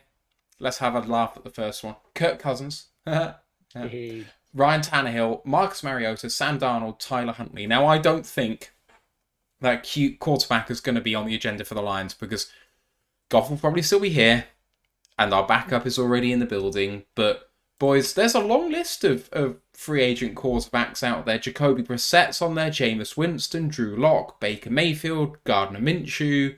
It goes on. That's not the worst list of backup quarterbacks I've ever heard. No, that sounds like the opening day roster starting quarterbacks for the CFL. You saying that? Does it not there, Ryan? That sounds like a CFL opening week. These are the starting quarterbacks for your teams in the CFL this year. You saying that in my eyes, it's going to Chris Streveler, who's a free agent for the Jets. That's just a long list of people on paper that sound great, but you never ever want to see the field. As long as they never touch the ball, that's fine. But they're just more Chase Daniels, aren't they? Most of them, like Drew Lock, like Jesus, that guy could ball in a barrel of tit and come out sucking his thumb. He's absolutely dog shit. How can he have got no better? Like, he was a dreadful draft pick anyway. Like, him and Josh Rosen meeting up for golf every summer in Florida. How I think. I mean, that list. Oh, it should not be an issue for us, I think, is the point. I hope in an ideal world, Jared Goff remains starter next season on the last year of his deal, and Hooker, continues to be, it gets good quality backup for him. We don't want to be involved in this. At worst, we want to be picking a long-term development guy in the later rounds of the draft or something like that. But it just does not excite me, and I just hate seeing like the Mariota to the Lions tweets and let's go Tyler Huntley. I'm done with it. I don't want to be anywhere near that quarterback class. If we're looking at that quarterback class, then things have gone, we'll be picking Caleb Williams in the draft. We won't need to worry about these guys. So, Ryan, you're a bastard. Case scenario next year is, like, say, Jared Goff's balling, he misses one game, Hendon Hooker comes in and looks like the second coming of Jesus Christ, and we have the world's biggest QB controversy. That is what I want in 2024. Yeah. Oh, I will say we had Subfelt and we had Worse as backups in the most recent seasons. Quite honestly, I think that's a really good group of backup quarterbacks. I really, really believe hard that is... If you could bring in one of them for 2.5-3 million on Lions teams gone by, you'd be doing great compared to what we have. I agree with everything that you guys just said in terms of sentiment. It's not really anyone you want to see seeing the field particularly, but it's an improvement on what the NFL has produced at that position in years gone by. That's all I'm saying. By our own standards. It feels like, was it the 2013 NFL draft? It feels like that. It was just full of dross. Was it 2013 was really bad? Yeah, he made, Brandon, that's like the 2013 NFL draft of free agency classes at quarterback. That is what that is. Oh man, my jaw hurts. My face hurts because I've been laughing so much, Ryan. You idiot. I was about to say, out of context, that's going to sound dodgy. That's all right. I would still take David Blau on vet minimum over everyone you just named, even though I know he can't come in and win a game, because I just don't. I'd take Chase. I'd take Chase Daniel over half that list, and my feelings on Chase Daniel. No. I'm just that tight. I will not spend more than 3 million on a backup quarterback again. When you're talking about dodgy statements, I'm just that tight out of context. It's going to sound a bit weird as well. But anyway, let's. He's a Yorkshireman. That's entirely in context. Fair enough. Running backs, top 5 I had listed. And okay, how's this for a wealth of talent? Derrick Henry, Josh Jacobs, Tony Pollard, Saquon Barkley, Austin Eckler, alongside some other people. Joe Mixon hasn't even found a home yet this year. You've also got Cordarrelle Patterson's on there, Gus Edwards. I saw Donta Foreman on there, and I really liked him in the last couple of years. Boston Scott. Jonathan Taylor. Jonathan Taylor needs to get paid this coming year. Damian Harris didn't exactly get paid the world when he went to Buffalo. There's Cam Akers on there. What happens when he has another year removed from that catastrophic injury he had? He was pretty good. Did I mention Gus Edwards? I probably did. Devin Singletary's meh, but whatever. Matt Brader, he had a year or two of some really good stuff. What happens if Rashad Penny actually spends a year healthy? Jarrett McKinnon's on there. He was fantastic last year. There's a good range of people at the different various positions, how much they're going to get paid. I will say it's a lot of people who are going to get 10 million and above, and then kind of no one in the middle, and then loads of like reasonably good value vet minimum guys in there. But I think that's a really good list, boys. Yeah. Well, you go first. It is for everyone else. Just to quickly answer, no, Ash, you go first. But just to quickly answer Matt's question of what's going to happen if Rashad Penny has a completely injury-free season, then the devil will be buying central heating because he will be cold down there. That is what will happen if he has a season uninjured. Okay, so I was looking at I've been scrolling through. There's one name that jumps out at me because it recently got brought up in a recent Pride Detroit podcast. Jaquez Patrick, aka a certain Jahmyr Gibbs' running mate at Georgia Tech, who was more the sort of power option to Gibbs. He was very good for the Browns. Get him as a sort of RB3 power option if wife I forgot his name, the UDFA we got out of Minnesota this year. If he doesn't pan out, there's someone's got Mo Ibrahim. Someone's proven in the NFL at that and knows Gibbs. You've got Montgomery to sort of do it all, RB1A. Gibbs, who's the sort of lightning receiving back who can line up out wide. And you've got Patrick, who can come in, do the short yardage things and maybe take 5 to 10 carries outside of that as well. For vet minimum, perfect. I mean, out of all those names that you just mentioned on that running back list, and I'm going to go out on a hot take here, Jahmyr Gibbs is going to be better than the lot of them in 12 months.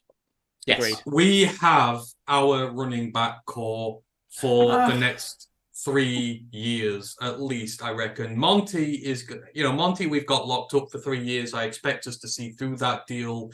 I expect he's going to produce very well here. Jahmyr Gibbs is going to take the league by absolute storm. I have no issues there. We're going to have Jamar Jefferson, who is going to be running back 3, one of the better ones in the league. We're going to take him there. And then we've got Mo Ibrahim. We've got depth here. I don't really think, again, I'm not really that interested in looking at the running back class next year coming out of college. I mean, I am because there's some splendid players coming through, but not for the well, yes, but there are some splendid players coming through, but I have no interest in looking at them for next year's draft because we've got our 2 studs and we have got plenty of depth behind them who will do what we need them to do. So I am not interested in running backs in the slightest, let alone these ones who we might have to overpay on the agency because Jahmyr Gibbs is going to be better than the lot of them. I do not think our running back 3 for 2024 is currently on the roster. And I don't think that's a hot take, really. Out of all of those guys, they're all guys who I'm going to trust to be RB3. I think any of the guys who we've got on the roster who could be RB3 are going to do a good job.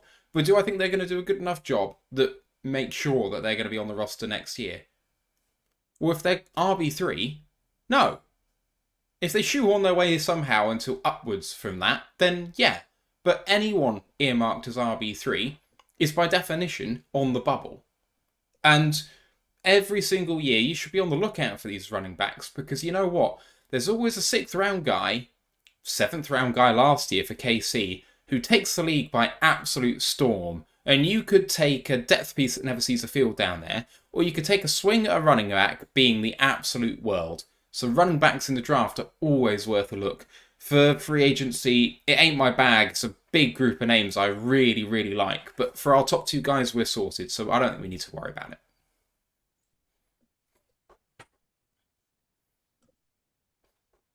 Yeah, all right. Yeah. Yep. No dissent there. Okie dokie. I'm going to scoot over fullback because, wide receiver. Why not? You've insulted Jason enough on the episode, so we may as well discuss fullbacks. I'm joking. I don't even know if the league's got that many.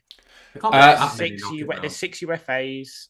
Going to go to all 2 restricted, 1 9, ERFA. Yes, and 9 total. The UFAs are Alec Ingold, Keith Smith, Kabinda, Jacob Johnson, Michael Burton, Trayvon Wesco. And we move on to wide receiver. And wide receiver, top 5 names. Mike Evans, Odell Beckham, Corey Davis, Curtis Samuel, Tyler Boyd. But there are some other names on here. It's not exactly an illustrious group, I will say. But Kendrick Bourne, Paris Campbell, Braxton Berrios, Miko Hardman, Nelson Aguilar, Traycon Smith, Marquise Brown needs to get paid. He might shoot up a little bit considering how much he got traded for. Michael Pittman needs to get paid. Laviska Shenault, Trent Sherfield. It's not setting the world alight, boys, this wide receiver group. But Stop disrespecting Mike Evans like that. Please, let's stop this disrespect of him. It's as bad as it was with Herman. I'd trade for Mike. I would have Mike. Yeah, I would. Right, I'd have him here in a heartbeat. He's only 30 next year. He's not over the hill. 31. 1,000 yards every. 31 he's 29 next. now. He's 29 30. now. He's 30 and a half, isn't he? No, he's 29. It's at the ages at the point of the where we look at free agency, so he's 30 and a half. Okay, Yeah. so he's 30 in 35 days. Yeah, but I mean, he's 30 next. He's not old. He's still he's producing in the form of his life. That Tampa team is going to suck like no end this season. He's not going to want to stay there through a rebuild. He's going to want to win something. And if we have a good season and we're pushing there, can you imagine Mike Evans, Jameson Williams, Amon-Ra St. Brown as your top 3? It's like that is instantly one of the best receiving trios in the NFL, providing JMO takes the leap that he should this year. I would 100% go after him with vigor next year. If next year is the sort of, this is really the window. We take the step this year. We've got money. You go out and you get him on this team, and you go win a lot of games with him. So how much would you 100% trade for him right now? You said you would. How much would you trade for him on an expiring deal?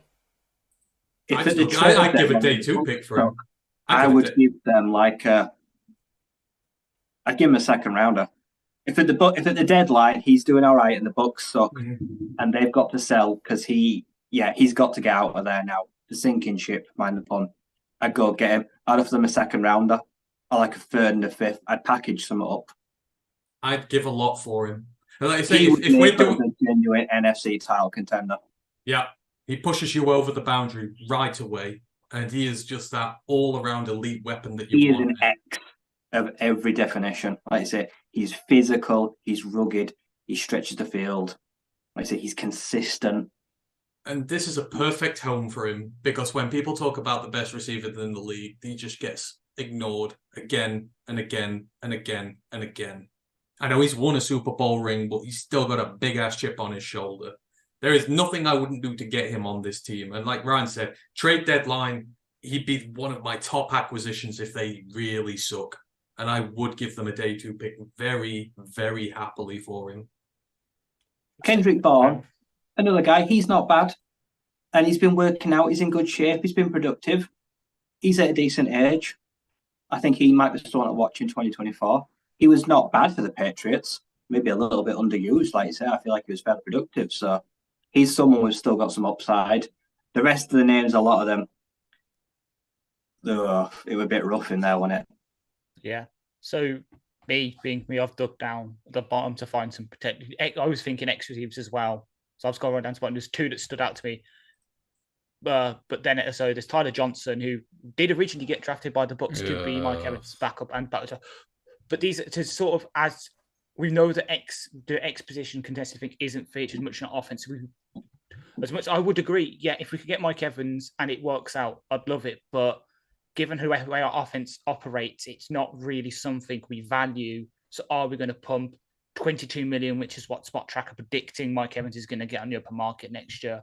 Are we willing to put that much into a position that's not really featured in our offense? So that's why I'm looking at sort of cheaper options. You can come in, do it for 15, 20 snaps, are good at run blocking, can do the contested catch stuff, decentish route running, but all you're really asking him is to be big physical guys. So Tyler Johnson, who's 6'1", 206, bounced around the league a bit. He's with the Rams this year, admittedly, but he's decent. He'll be a good cheap option. Or if you want to get really big and 6'6", 220 pounds, Colin Johnson, who's now on the Giants, another option. But of course, there's no really point discussing this because we all know we're going to draft Johnny Wilson in the first round anyway. I mean, so then he'll take DeAndre Hopkins. He's still a free agent, isn't he? And he's got ad offers and turned them down. He's had terrible offers as well. Like, who the fuck wants to join the Tennessee Titans? Like, you've got 3 Make-A-Wish Foundation quarterbacks fighting to throw you the ball. I wouldn't dare step foot in that ground. Like I said, I think you could lowball them. But exactly, he won't want to come here. That's the thing. If he doesn't want to go to Tennessee and New England, who are showing an interest, if we suddenly come and give him a lowball him, he's going to be not interested. He's holding out.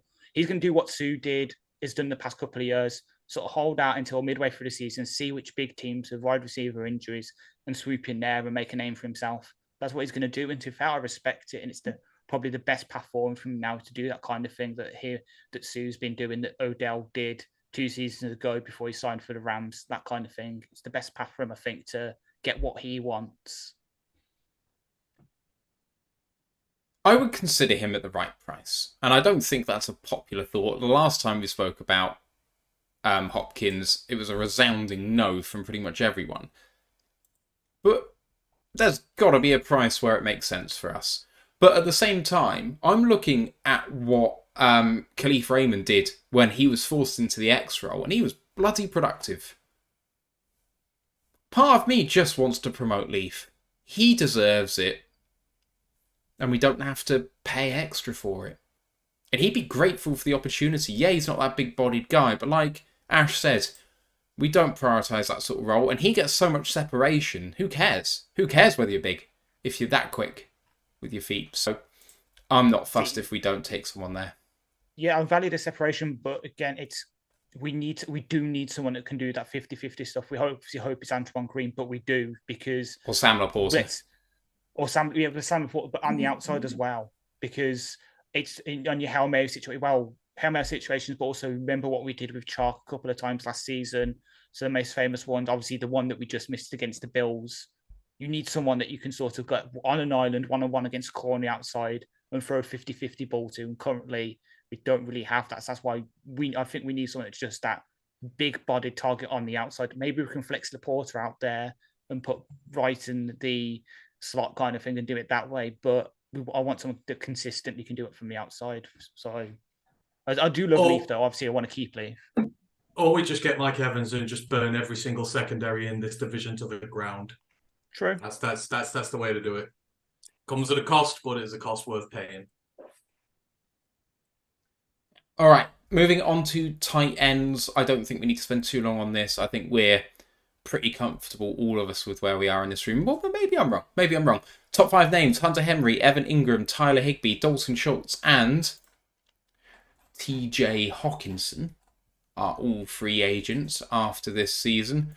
The other tight ends on this list, after this refreshes, include Gerald Everett, Mike Gesicki, Noah Fant, Austin Hooper, Robert Tonyan, Cole Kmet, Irv Smith. I really like Irv Smith. I hate Irv Smith, but, you know, I like Irv Smith. Tyler Croft, OJ Howard, Dan Arnold, Josiah DeGuara, Adam Troutman. There's some names on this list, but what do you guys make of it? Top 5 goes overpaid, overrated, and TJ. I'm not going to say anything bad about TJ because he doesn't deserve anything bad saying about him. But yeah, absolutely nothing interests me there. Build your homegrown stars. James Mitchell and Sam Laporte are our homegrown stars. Build them instead. if any names can interest them, it'd be Dan Arnold, who played under our tight ends coach in Arizona, and then obviously Adam Troutman, who Dan worked with in New Orleans, but I think Troutman's going to stick around in Denver and be their sort of tight end one for the foreseeable future. So not really much there, fortunately. Sorry, I was reading that thing you put. That's cool. Any more thoughts on tight ends? Nah. All right. Offensive line, then. I grouped them all together for this one. So, top names that I picked out, and I will point out that I have missed out some top names that I expect to not be available. So, Jason Kelsey being top of that list, but he's either re-signing or retiring. So, there's no point in him being here. Top offensive lineman available, left tackle Tyron Smith, guard Andrus Peet, left tackle Dwayne Brown, guard Kevin Zeitler, and tackle Josh Neiman. But there's plenty of other big names on this offensive line. It's so rare, boys, that good offensive linemen are available in free agency. So, is there anyone in this list that anyone is looking at thinking, yeah, maybe they're worth it to punt? I mean, we have potentially some needs on the interior if we don't re-sign some of the people that we want. I mean, is anyone going to be really shocked if we leave the Jonah decision to the end of the season? I know we all want to pay him now, but is anyone going to be shocked if the Lions leave it to the end of the year? And then maybe it doesn't happen? I don't know. But, like, there's Cesar Ruiz, the former first-round pick of the Saints. I mean, what happens if Frank decides to retire at the end of the year? I don't want to speak that into existence, but that toe's got to be a concern for everyone, right? Yeah. Some other names in here might be of note. Lucas Patrick. Jonah Williams. Isaiah Wynn.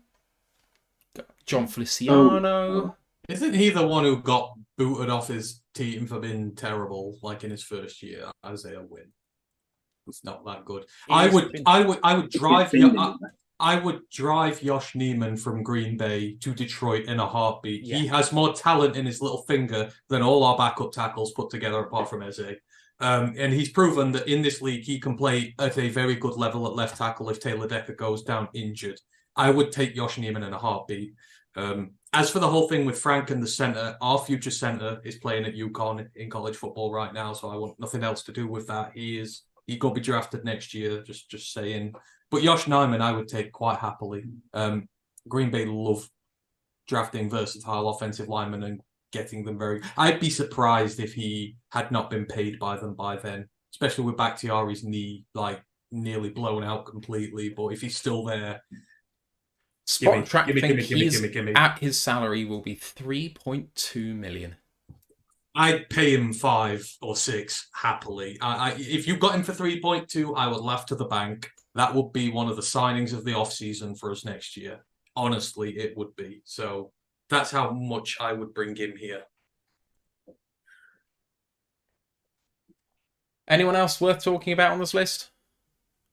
John Runyon maybe is another one of those sort of versatile Green Bay fit. But it's honestly, I'm trying to find decent like left guards, and there's not a lot. There's a good couple right guards with some upside. But obviously, Colby's there, so we don't really need them. So it's people like Robert Hunt and Michael O'Made. Well, anyway, he's going to get re-signed anyway. But there's a couple of right guards, but not a lot left. So it's looking like Jonah either gets paid here or he's going to get an absolute bag in free agency.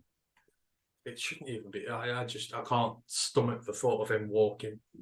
It will be the first real bad decision Brad Holmes has made if he lets him walk. I just can't see him being that stupid.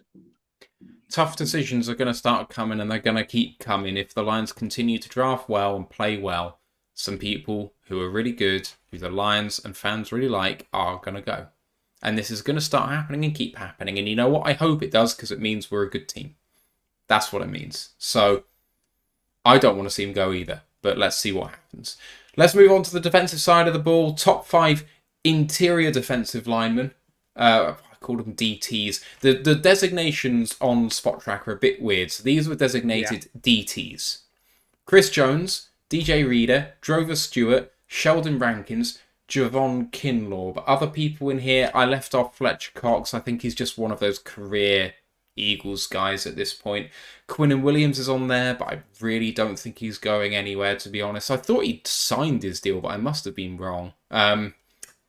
Daquan Jones is there, Justin Jones, Michael Pierce, Christian Wilkins is clearly getting paid by Miami. I don't really see anyone else of note, boys. It's not a bad group, but there's no one I'm jumping off the page for at this point at where their price point is. It's about value for money for me. There's one name that You've got Quinn Williams, if he's you've gonna got get the bag. He ain't getting test free agents with Quinn Williams. He's about to get you. Fletcher Cox, like the Eagles have now drafted his replacement. Like they got John Davis, they've got Jalen Carter, but the guy's like 36, so no, I've had enough of washed up vets. Well, He'll Fletcher come in. Cox is only 32. He'll come in, he'll take money, and he'll do piss all. He'll use us, I guarantee it. We've got a bad history of people on the defensive line coming in, taking good money, and then just being a big fat blob and swallowing up space and sponging us. And he feels like he'll be a mercenary. Ryan, Jordy Manchin has just said Brock has PTSD, which I'm feeling on your comment, to be honest. Nick Williams. that is PTSD. Brock, yeah, it's just Brock, there's a isn't few. it? That is not a great list. If Javon Kinlaw's in your top 5 DTs, then that's a bad. I mean, you know what? Sheldon Rankins, if he has another decent year, I would not be unopposed to. He's usually been pretty decent, but again, it's like I don't want any more decent DTs. I want a starting DT. You know, we got a lot of good depth DTs here right now, and Aleem is going to be a starter. You know, he is, and he will continue to be. But we need another starter with him. So I'm kind of loath to go after anybody who's not a bona fide starter. We don't need any more middle of the rung DTs. Well, we don't. Hopefully, Broderick Martin's going to come in there and do some stuff, but I'm not interested in going into like the free agent dregs for DTs. Just doesn't sit with me. See, I am. And there's one name that's jumped out at me. We've said him, Javon Kinlaw. Because guess who's his defensive line coach when he was absolutely balling out at South Carolina? Our defensive line coach now, John Scott Jr. Hasn't really worked out for San Francisco. He's obviously hitting. Obviously, they didn't pick up his fifth-year option. Getting market value about $4 million. For someone who can come in with the right coaching, be an absolute monster on pass rushing downs, just use him as that. Move a little on third downs when it's third and longs. Move Aleem sort of back to the one. Put him in there and absolutely rip up shit. Perfect as a depth piece, because I think we have the sort of culture and the staff to bring out the best in him. We're not going to do what San Francisco tried to do and make him a down-to-down starter, use him in run defense and that. We're not going to use him in the right way and get the best out of him. So it was a cheap DT2 in that position for us. I'm all for it, because honestly, I know we think the needs of the one tech with nose tackles, but I'm like, that's just a rotational sort of in free agency. That's the kind of one we can plug and play, because the way our scheme is, we're 1.5 gap, we do the 2 gap and stuff. You can easily get a nose tackle for that for about veteran minimum these days. I know we're beholden to bugs and that, but really nose tackle isn't that sort of valuable in free agency these days. If you have a look at the top teams in the NFC, Green Bay historically, but San Francisco and the Eagles now, they're 4 deep at defensive tackle beasts. And it's really what the Lions lack. If they want to be a top team in the conference, someone like Kinlaw as a low value, potential high reward sort of guy in the way that you described, that is exactly what I was thinking when I put him on the list. Because, yeah, it's a reclamation project, really. Same way that kind of Charles Harris was a little bit. But the upside's clearly there. And, I mean, if it's him or Covington on vet min, I don't think it's any contest, really, to be honest.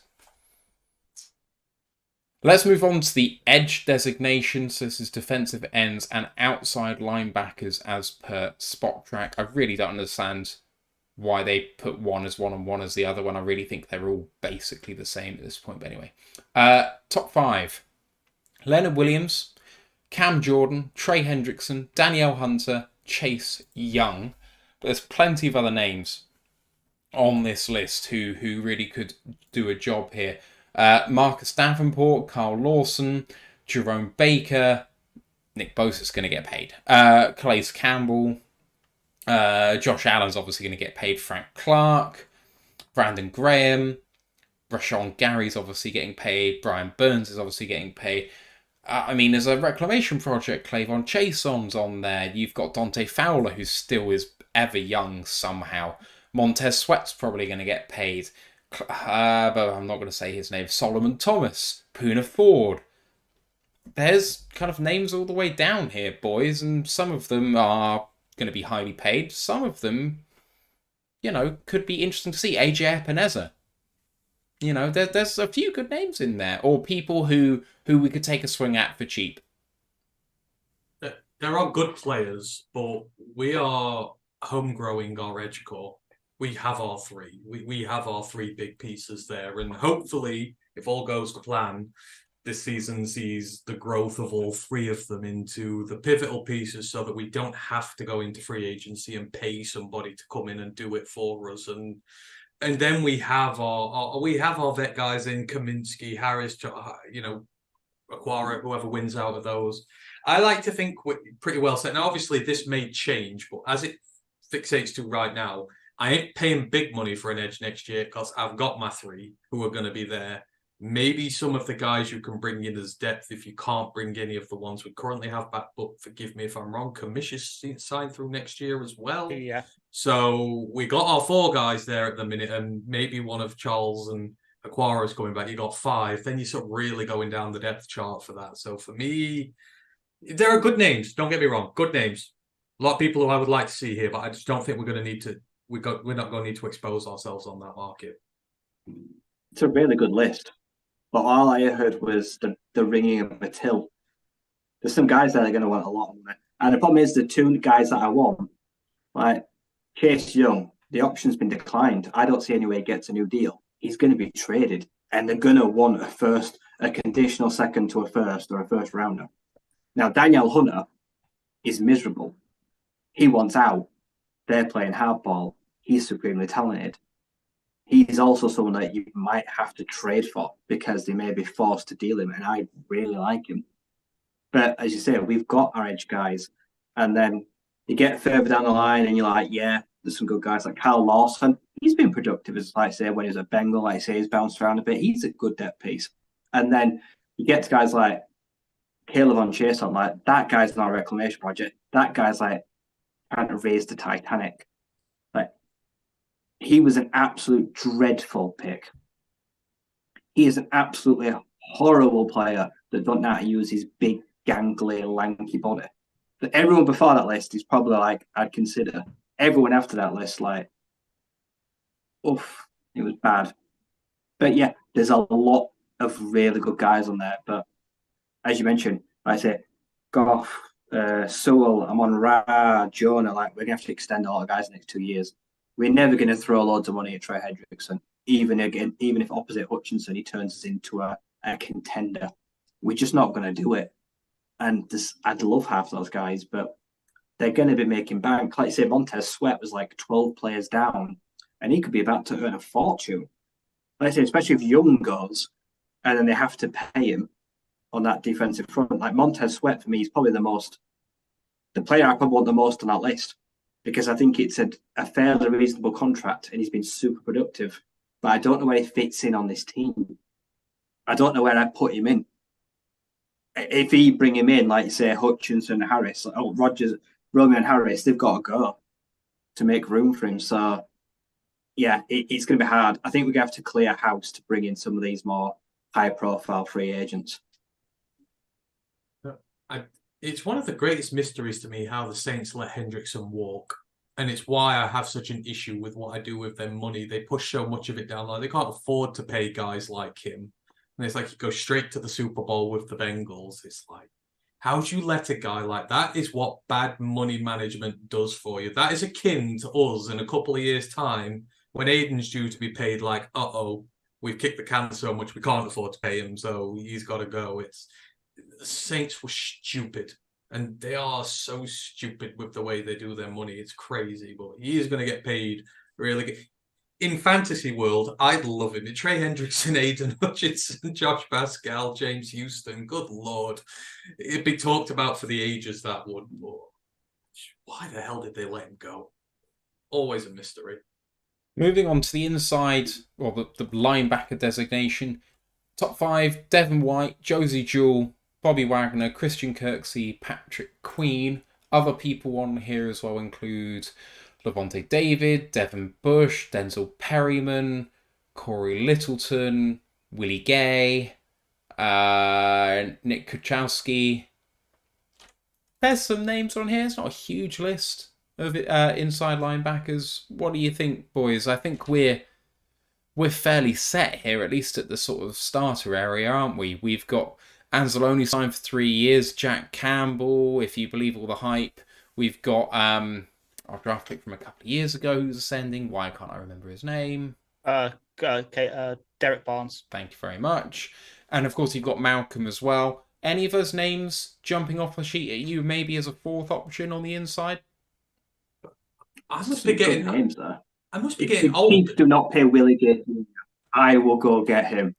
There's no way he's going to be allowed to walk. He's been part of a Super Bowl pairing, like you say, with Nick Bolton. He's been fantastic. But hasn't he got bad attitude? He's got major red flags. He well, in college, some of it was academic stuff, missing in college, but he has been implicated last year in domestic violence cases. So it's a bit of an iffy one.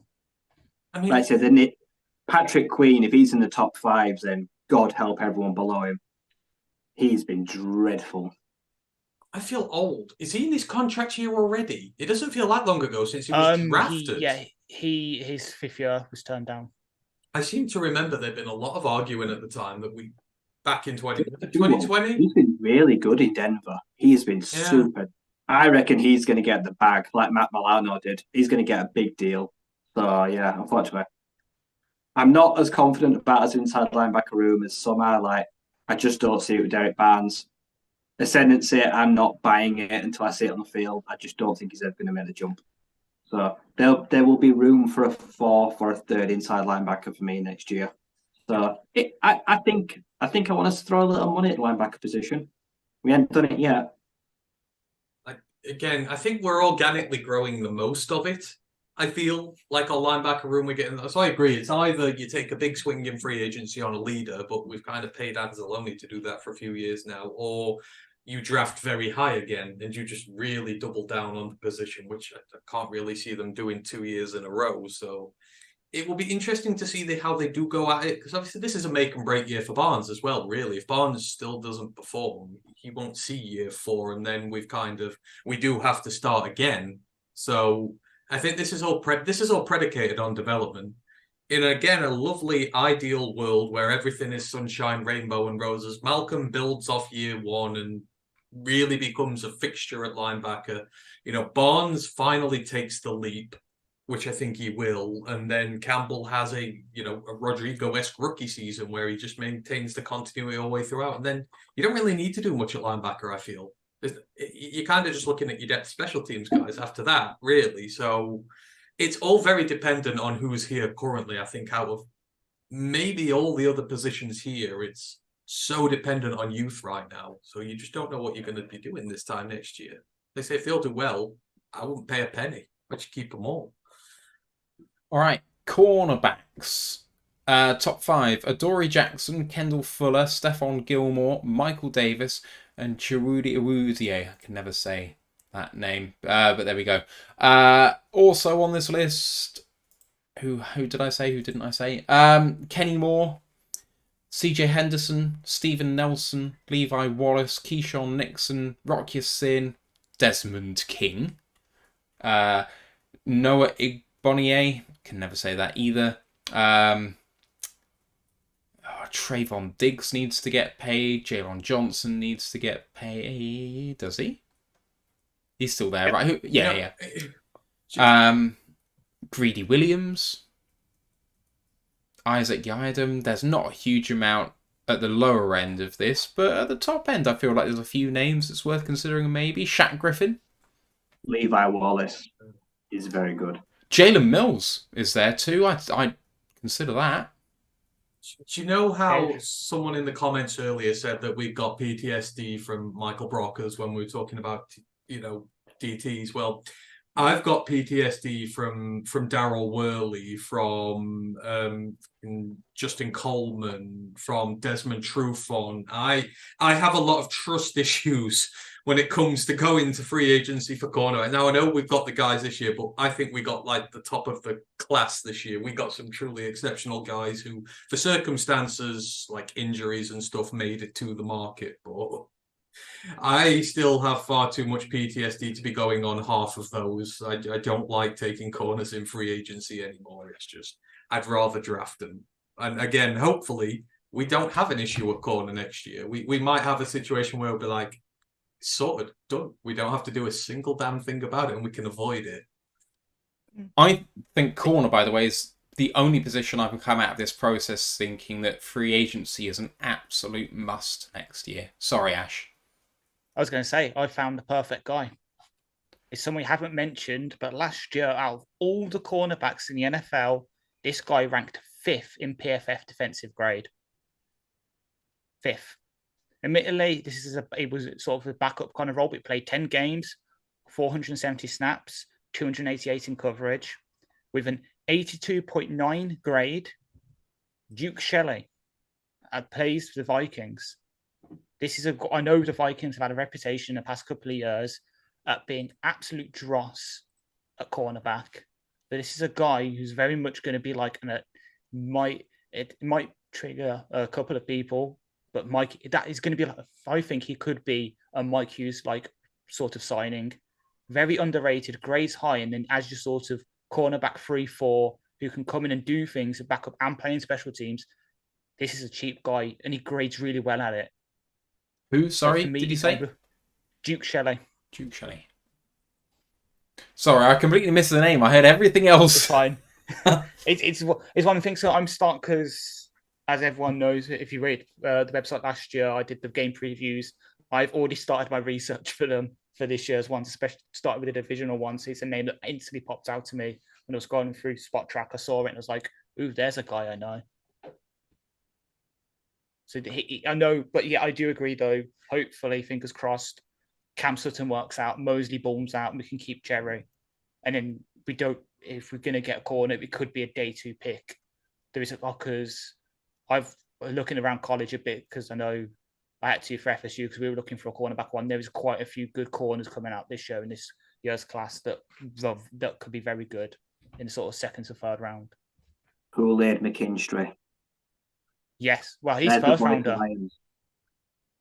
He's a first rounder. I think he's going to go top 10. Well, let's just, the Alabama secondary. This time last year, we were talking about with high regards, and none of them had a good year, really. So let's move on to the final position then, and safety. Group them all together for this one. Top 5 names: Micah Hyde, Jordan Whitehead, Chuck Clark, Jaron Kearse, and Malik Hooker. Other names on this list, I mean, Buda Baker is still out there, but I mean, he presumably might get more than a 1-year deal. I don't know. Who else is on here? Eric Murray, Darnell Savage, Tayshaun Gibson, Kareem Jackson, Anton Winfield, Terrell Edmonds, Taylor Rapp, Geno Stone. I'd have signed Taylor Rapp this offseason. He got a well cheap deal to go to Buffalo. Now Chuck Clark on me, he's just tore his ACL, so you can forget him next year. He'll be rehabbing. Jeremy Chin. Any names? Get paid? Yeah, he's got to get paid by. He's got to get paid by Carolina, surely. I mean, Ash just said that, but if Antoine Winfield's on, you pay him, but he's going to get paid stupid money. He'll get paid like above Jesse Bates money, but I mean, in an ideal world, that'd be fantastic. That would. Antoine Winfield, Kirby Joseph, Brian Branch, Gardner Johnson. It's kind of like, that's like porn for safeties, that is. Exactly.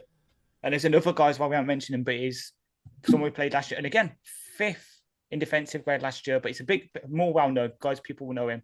Cameron Carr, the safety in Washington. He's an absolute beast. I remember when it came out last year that he was injured and he wouldn't face us in week 2. I was bouncing because he's an absolute beast in that secondary. And he played like 727 snaps, most in coverage, but 82.9 grade, above 80s in both coverage and run defense and tackling. It was just a pass rushing that grabs down his grade a bit, but we don't really blitz. So this is a guy who will probably get paid by Washington if they go all in on the sort of rebuild because they're not happy with like Sam Howell and that. This is a guy that we could pick up, and he could, I'm touching wood and all that, if Tracy doesn't come back well from his injury, this is a guy who can come in, we sign him for agency, and he could be a day one starter for us in the foreseeable future alongside Kirby. All I'll say is I couldn't care less about this year's class. I'm waiting for in 12 months' time when Richard Grant's ready, and we will right the wrong of the draft several years ago, and we'll finally get him to Detroit. That's all that matters. The Falcons, you can't keep me from him forever. Right. That's it. I'm not having a look at kickers and long snappers and punters. I don't want to drag this out longer than I have to. It's already been a little while, but there is one more question about the Lions free agents that I didn't actually ask you. So trying to remember all of those 40 names that we listed at the start of the show, are there any players who you think after a good season might merit thoughts of franchise tag? Because we did not consider the franchise tag, and I think it's a really interesting question at this outset, because I have several names that I think could deserve franchise tags. And I'll start off with Jonah Jackson. If we don't re-sign him and he has a monster year, he's got to be up there in consideration for franchise tags. The other one is going to be Emmanuel Mosley. If he comes back and has a really good year after that injury and we can't agree a deal for him, I can see us using a tag on someone like that, because you know what? You don't let cornerback talent walk out the door. What about you guys? I was going to say, for context, we got for those, so offensive lines, this year was 18.24 million. Corner was 18.14 million. Scott Daly. I don't have long snapper numbers. Damn it, Ash! You are the special teams guru, Ash. I know. I expect to know the franchise. The special teams tag is meant to be projected at $6.3 million. Yeah, I've just found it. Yeah. Yeah, not that's a fine. single player outside of Jonah would I consider giving the tag to no one. So not even if they have a really good year and we can't agree a deal, you'd let all of them walk. Yep. All right. I tell you what, no, because what's the Edge franchise tag? Edge franchise tag, 24.5. Yeah. Oh no. Holy all right, okay. In that case, you know what? This might be controversial, but I'd tag Jerry if Jerry has a good year and I can't get 20.1 million. No, that's so because Jerry's RFA. So right. Oh yes, sorry. First round tag 6.8. I'd tag him. I'd give him 6.8. I'd tag him. Absolutely. Might be a hot take if contracts wise, I'd give him at least 8-9 mil AAV for Jerry. He's a good cornerback too. Brent DeWitt's just saying, can we franchise tag Ben Johnson? I'd give Ben Johnson 30 million to stick around. Right, if we're franchise tagging coaches, that becomes an entirely different thing because there's a lot. I'd franchise tag Hank for the rest of his career.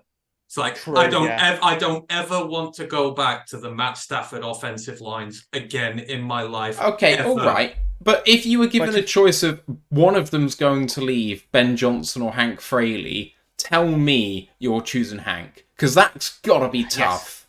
Yes. I'm choosing Hank. Because we're already grooming Tanner to replace Ben. I'm choosing Hank. Because we've seen what's happened to Pittsburgh and New England when their really good O-line coaches retired. When Ryan, they lose them, they've gone down the shitter. What do you reckon? You got a franchise tag one and lose one?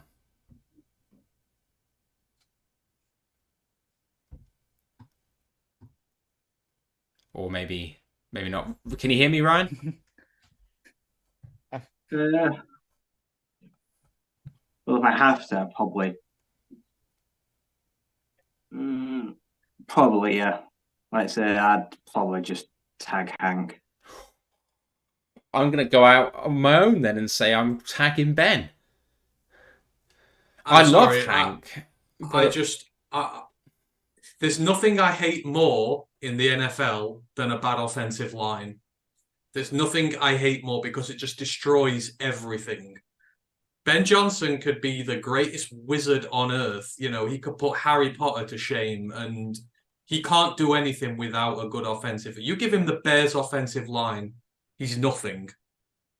All about them trenches. Cannot disrespect the trenches. Cannot disrespect the trenches. I mean, I agree with that wholeheartedly. Right.